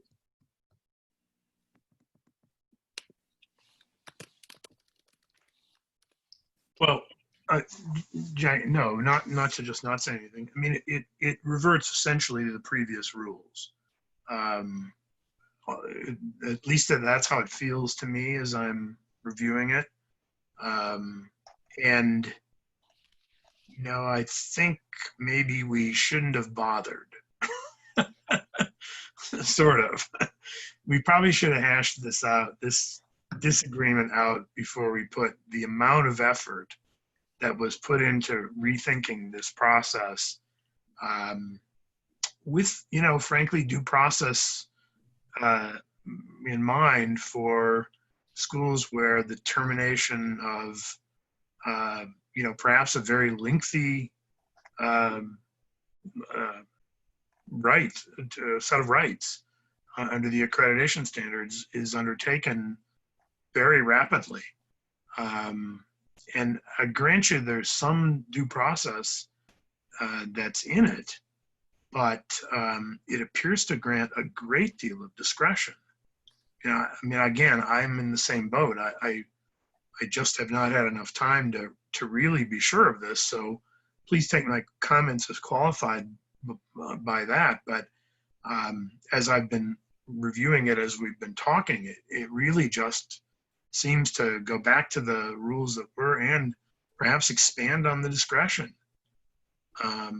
So I think we probably would have been better served by having that conversation before we really created a proposal. So I get that you asked for initial reactions. I guess that's what I can say at this time. Thank you, Greg. It's quite different. Yep, Brian? I do have an initial reaction, even just to what I've heard, not so much as what I've been able to read just yet, because I'm finding it difficult to read and still listen to Natalie and try to understand what's going on. So I haven't read through all this yet, but I am strenuously opposed to not allowing a school to have a teach out option as opposed to re-registering as a different status. I mean, some schools are just not going to do that. They're not going to want to do that. It's going to be almost impossible for them to recover from this. I mean, I did hear a member of the CBE at one hearing think that, you know, it's not the end of the world to lose your accreditation. You only have to re-register as a registered school. That's not a small thing. That's not a small change in status. And we're the only school up here. And that hits the newspaper, and not too many students are going to want to come here. So I think it's incumbent upon us and the CBE to allow for, except in the most extreme situations of misconduct, the school to allow to teach out those people to whom they've already committed. Thank you. Thank you, Brian. Jay, any initial reactions? Well, as was discussed, I'd like to go through it a few more times. It is a little more complicated than the earlier ones we discussed. Yeah. But it does seem to be dramatically different from the proposal. Yeah. One thing I do want to check in about was the removal of interim monitoring and the reasoning behind the removal of interim monitoring. Do people understand that removal and they're comfortable with it given the reasons, or the desire is to return and rethink if there's a middle ground that meets what we were trying to accomplish with that?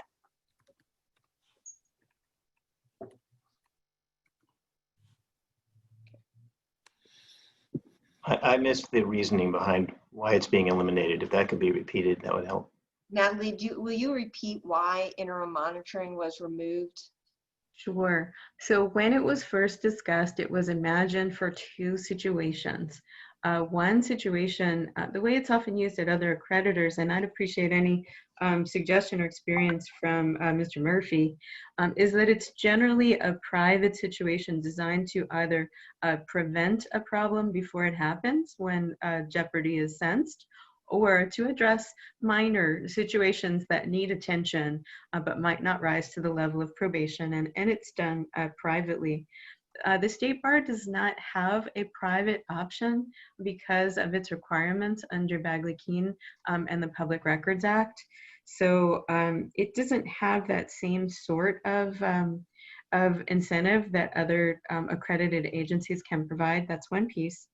And then another piece where it was imagined at first in the initial conversation it could apply is a situation of after inspections, that from time to time a school has a small number of things that can be handled quickly, and they're generally resolved, and that resolution is confirmed in the annual report. And the thought was that perhaps interim monitoring could be the name for that process. But right now, that process works well and it works quickly. And adding the various steps of interim monitoring would actually perhaps not improve that process, which is working.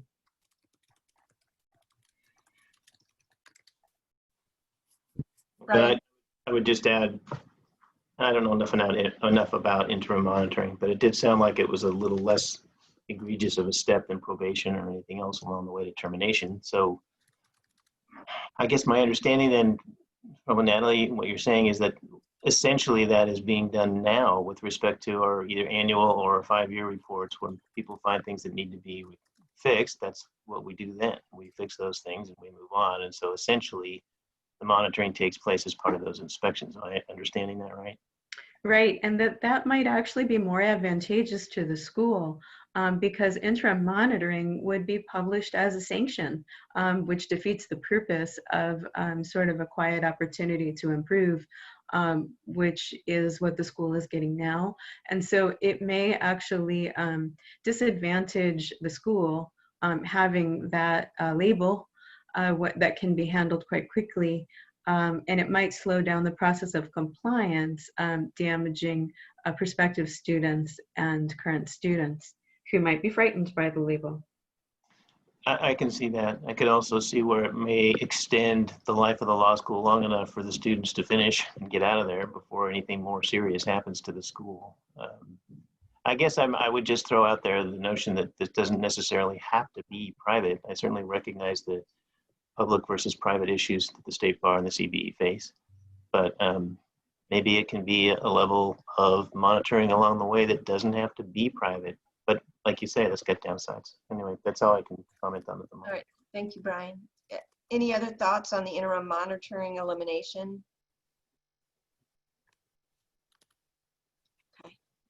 I do want to I know the members of the public who have been listening haven't had the opportunity to even absorb the staff comments except through this particular provision, but you've seen the CSBARS provision that's been available, and I'm wondering if there's any members of the public who would like to provide some general comments about this provision. It is fairly important to our schools.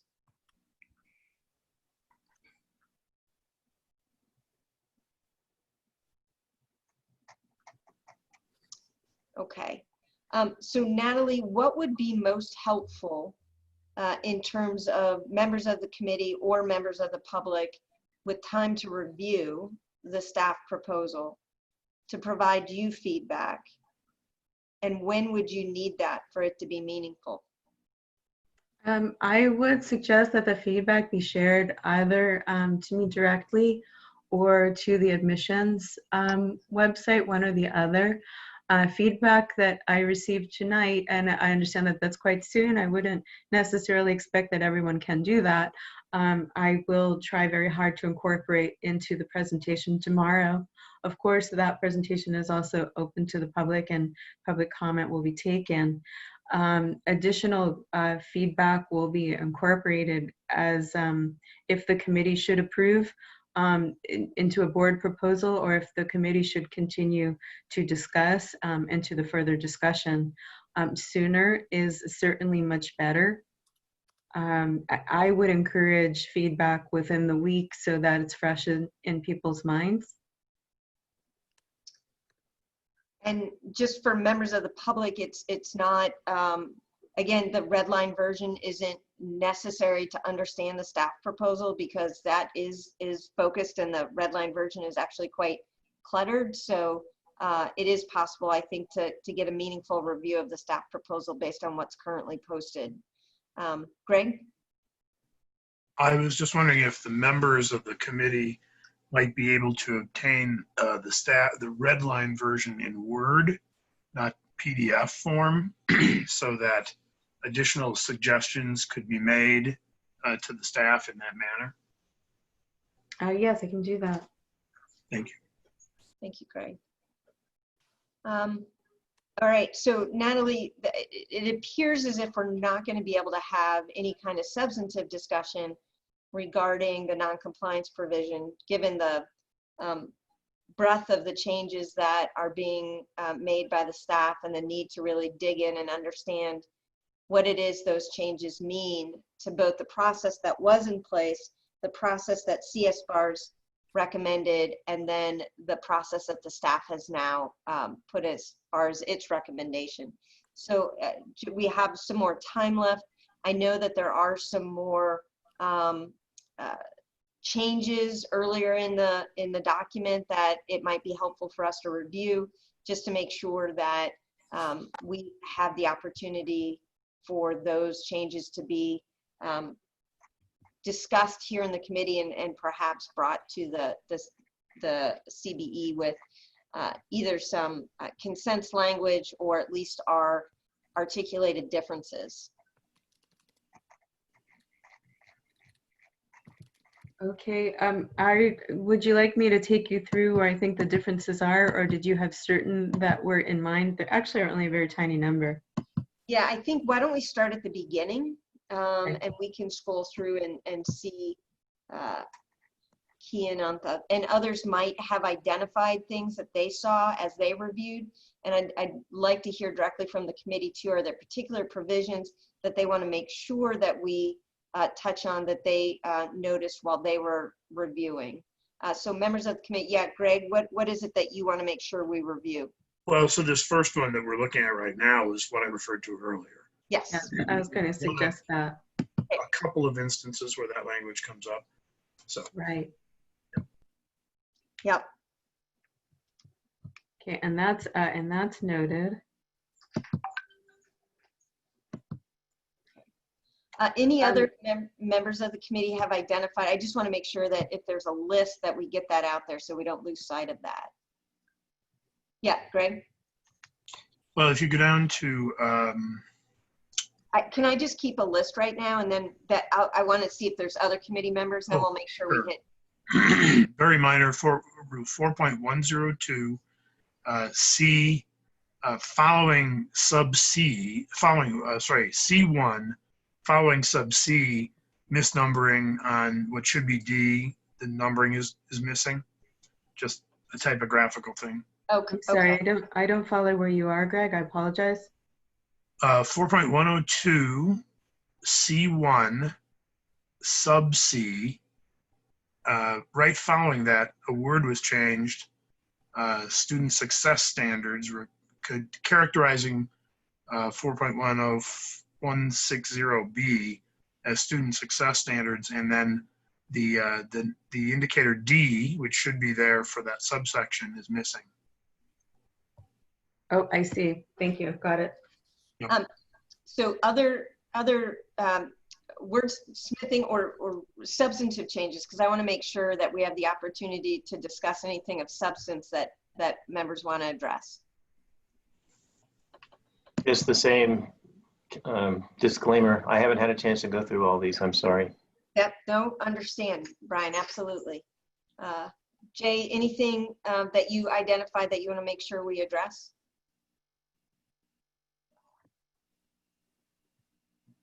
I was just scrolling through my copy. So far, we've hit all of the ones that I wanted to address. Okay. All right. Marty, anything that you want to make sure that we address? I'm scrolling through as well. Okay. So,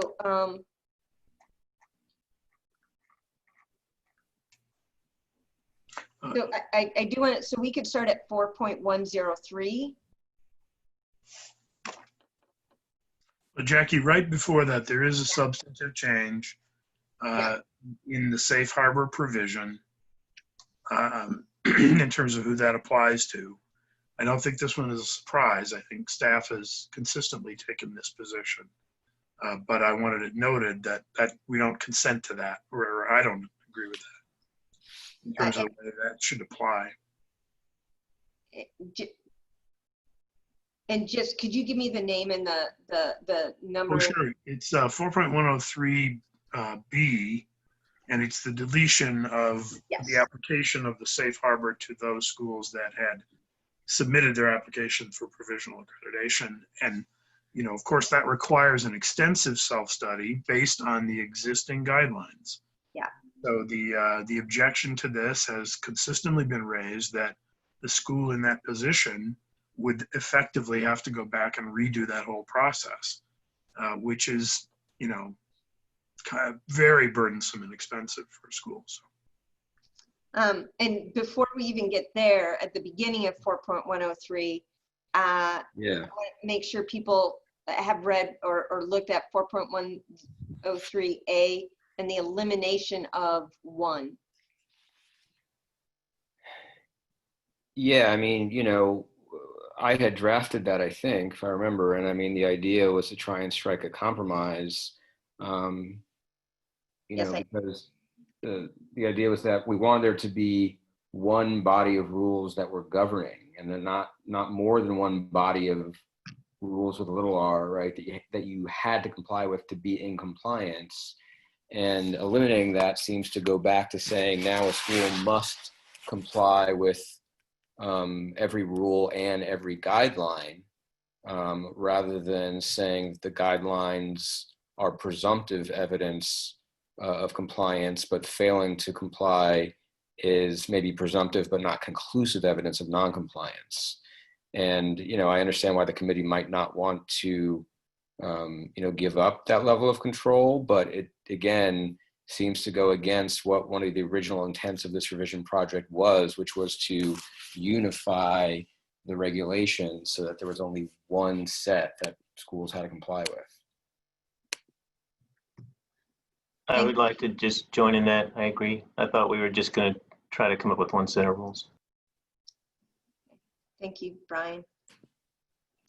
Jay? Sorry. Okay. Greg? Just to clarify, so the language remains that the guidelines for accredited law school rules already in effect prior to the date the rules go into effect, sunset as of the date those rules go into effect. So there will be no guidelines for accredited law school rules unless the set is passed. What's the committee intention regarding what, let's assume these are adopted tomorrow and they are adopted by the board in September. They would become effective January 1. What's the committee's intention regarding guidelines? That compliance with them would remain a safe harbor as the school transitions. But the guidelines themselves would sunset and they wouldn't be replaced before the end of the year with another set? That's not the plan, and it's assumed that the new set of guidelines could be the null set or would be much smaller, if any. Okay. I'm just making sure we're clear about what it does, because that sunset provision is still there, as is the safe harbor, which is much appreciated. And so we would end up January 1, presumably of 2021, with either no guidelines or whatever is passed between now and the end of the year, which I don't know how you could do. Well, I guess you don't have to do. It's not intended that there would be additional guidelines by the end of the year unless the committee orders it. But the school, if complying with the current rules as a means of safe harbor, would comply with the current rules and guidelines. If choosing the new rules, would comply with the new rules. Yes, so just clarifying, the change in this is not intended to have the end result of creating a whole new set of guidelines, or certainly not immediately anyway, right? Because the rest of it continues as it was described. That's what I was just trying to make sure everybody had in front of them. And Natalie, can you describe how you're going to explain this provision to the CBE tomorrow? I know it was important for the CBE to maintain the authority to adopt guidelines for the Cal schools. How are you going to describe that authority and how they're used in relation to these rules? I wouldn't want to be held to a word-for-word description, but essentially to describe it as consistent with state bar authority, that the committee would have the authority to adopt enforceable guidelines. Those enforceable guidelines could in fact include some of the flexibility described if the committee so chose. The committee could choose a guideline that says this is a safe harbor, and other options would be considered. For example, it's a very broad example, could be more detailed. And to talk about some of the reasons why the rule set is as it is, and to be a central rule set in the way that there was some creep over time when rules popped into the guidelines. Rules existed without guidelines, guidelines existed without rules. Okay. So because it seems like one of the things that we identified was that difficulty in managing what was a set of rules and a set of guidelines, some of which were completely divorced from each other. And that the guidelines ended up being, in many ways, very prescriptive, which is something that we had been trying to avoid in this, to provide ourselves flexibility, room for innovation, the ability for schools to make academic and curricular decisions on their own, depending upon what they knew was best for the student. It's possible that the CBE could adopt prescriptive guidelines as long as they fit within and are linked to an existing rule. That's the position going forward. They decided to use an example that every school needed to use textbooks. They could write a rule that said, or a guideline, excuse me, that said, as part of a sound program of legal education, every school must adopt textbooks. Is that correct under the CBE's position and the way that's been rewritten? I mean, potentially, but also I think the State Bar, in its commitment of funding and time, manifests an intent to do something else. I mean, nothing would preclude the State Bar from creating either a rule or a guideline that would suggest that, but the State Bar's actions are otherwise. So it might make sense to focus on things more within what the State Bar is manifesting. I understand. It was an example. The reason I gave it is because it's the compromise I thought Marty had achieved in number one, which was to say, I have a sound program of legal education. There's a guideline that says that a sound program of legal education must include textbooks. I can show that my program is sound in the absence of those textbooks, and here's my establishment. So the presumption, I have to demonstrate compliance with it, that I have a sound program of legal education, but I have the room to do that.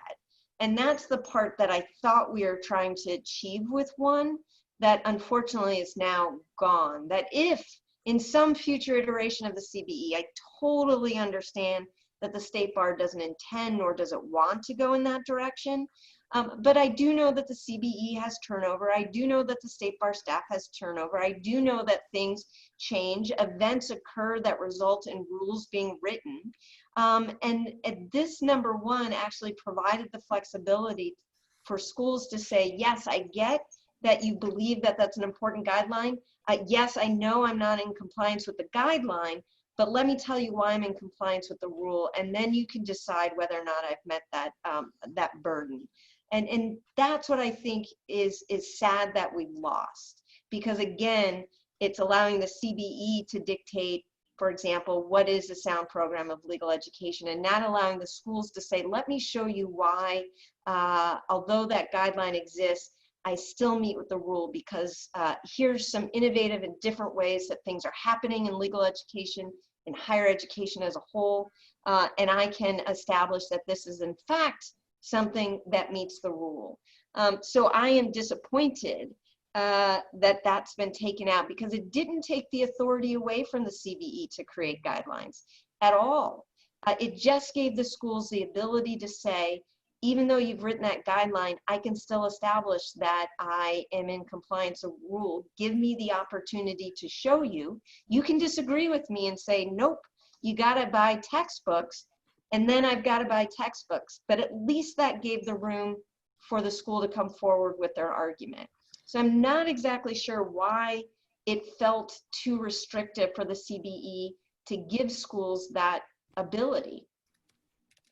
And this will certainly be noted as an area in which the parties are far apart, but I will also remind the CSBARS that if the staff proposal should be selected in this area, that as guidelines are being created, they would be brought either for draft creation or for comment to the CSBARS, and that would hopefully prevent overly prescriptive or counterproductive guidelines from being created in the first place.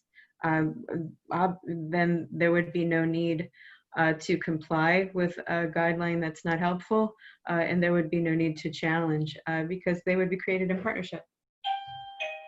And I, for one, don't want to assume that every CSBARS member is far apart from the staff proposal. That was my impassioned plea, so I certainly welcome other members to speak up, either in kind of agreeing with me or saying that no, that the staff proposal is one that they agree with. Yeah, Brian.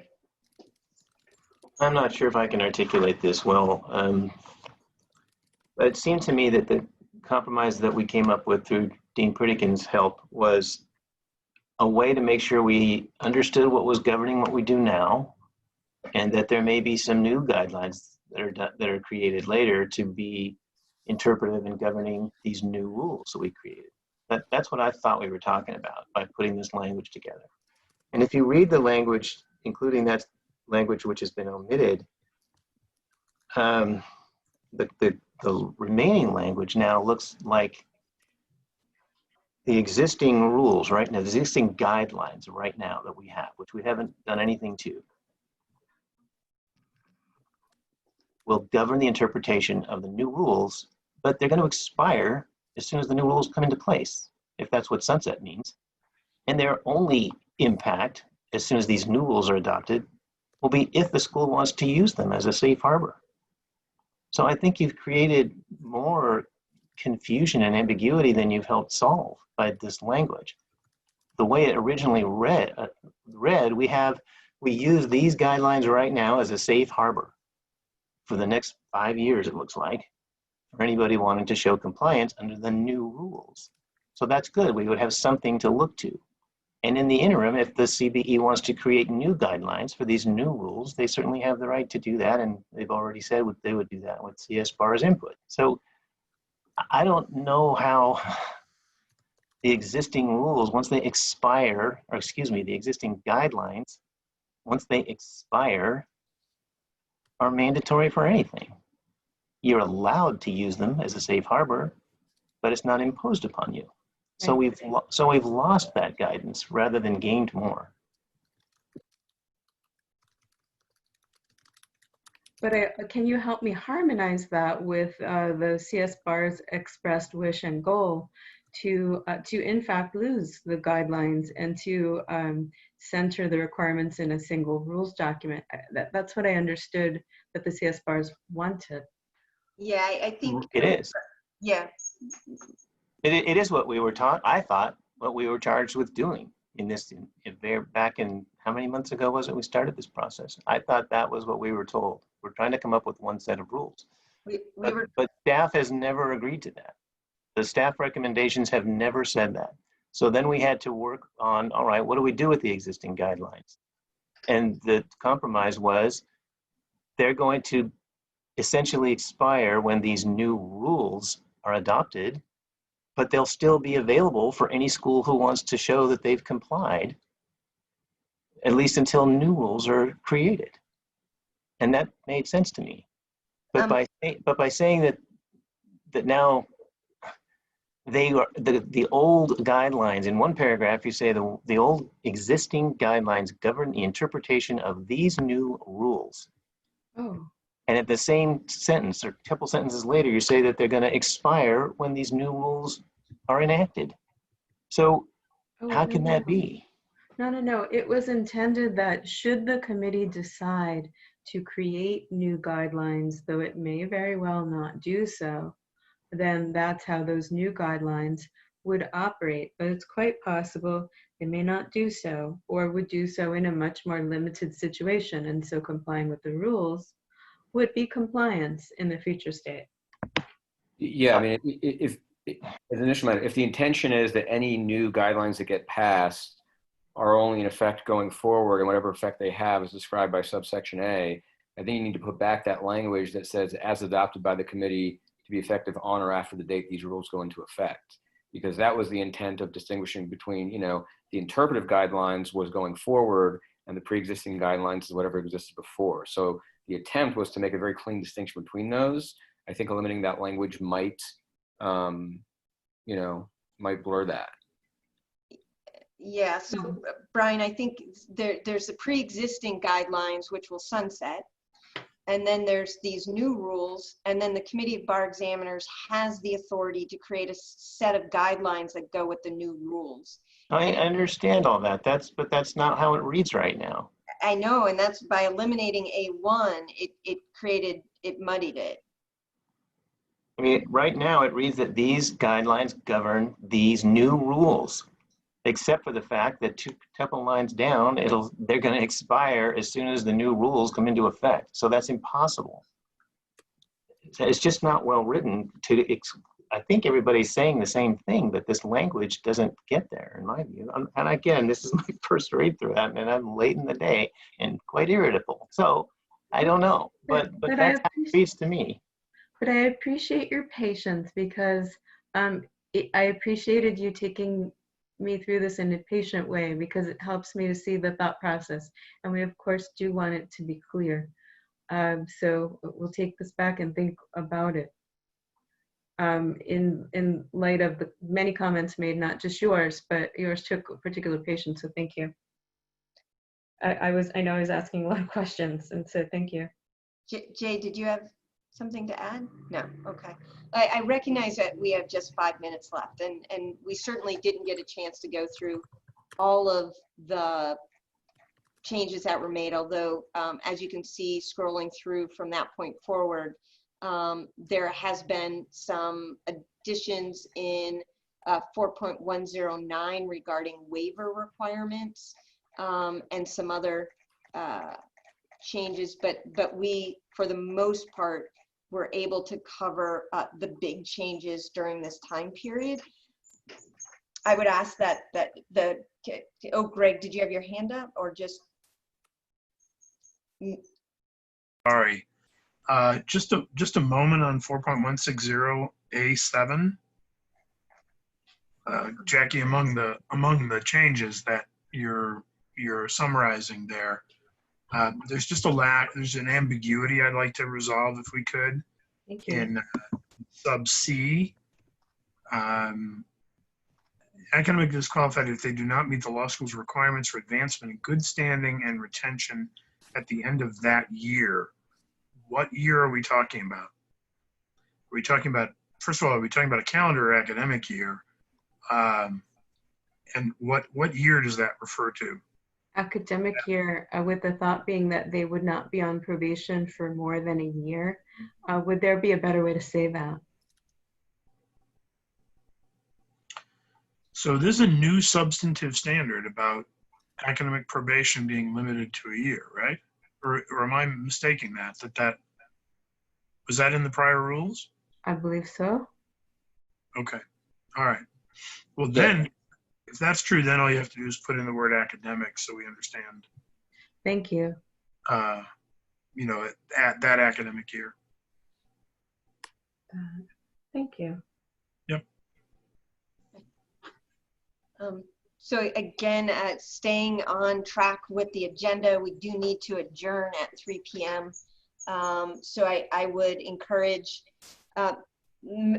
committee members, but also members of the public who, especially when it comes to the non-compliance provision that we didn't have a chance to fully absorb and discuss, to take a look at that in the staff proposal and provide Natalie with any comments that you might have and any other comments you might have about what we discussed today or other changes or items that you see that we didn't have the opportunity to discuss today. This is on the agenda for the CBE tomorrow. You know that the CBE's educational standards agenda is quite full. It's not clear exactly where that will fall in the day. And Natalie, I don't know whether you can give us any insights on that. Is the educational standards provision going to be later in the day or earlier so those of us can be prepared for that?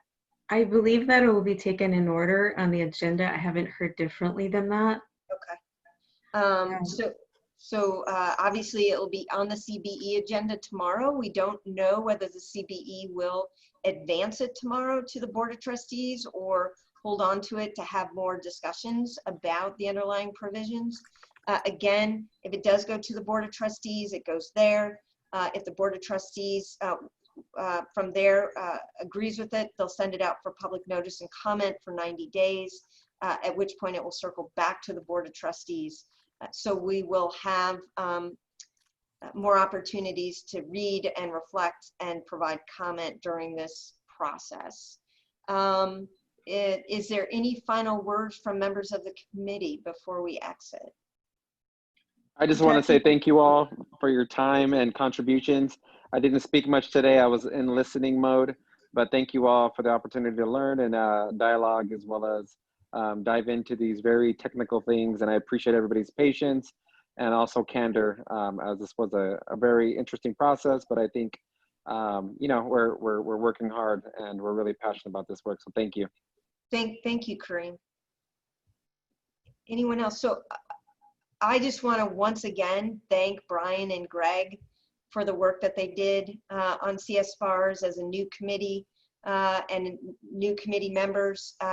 Really appreciate your focus and your attention, and it's maybe your last meeting, and so just want to say thank you. And if we were all in the room together, we would applaud or something.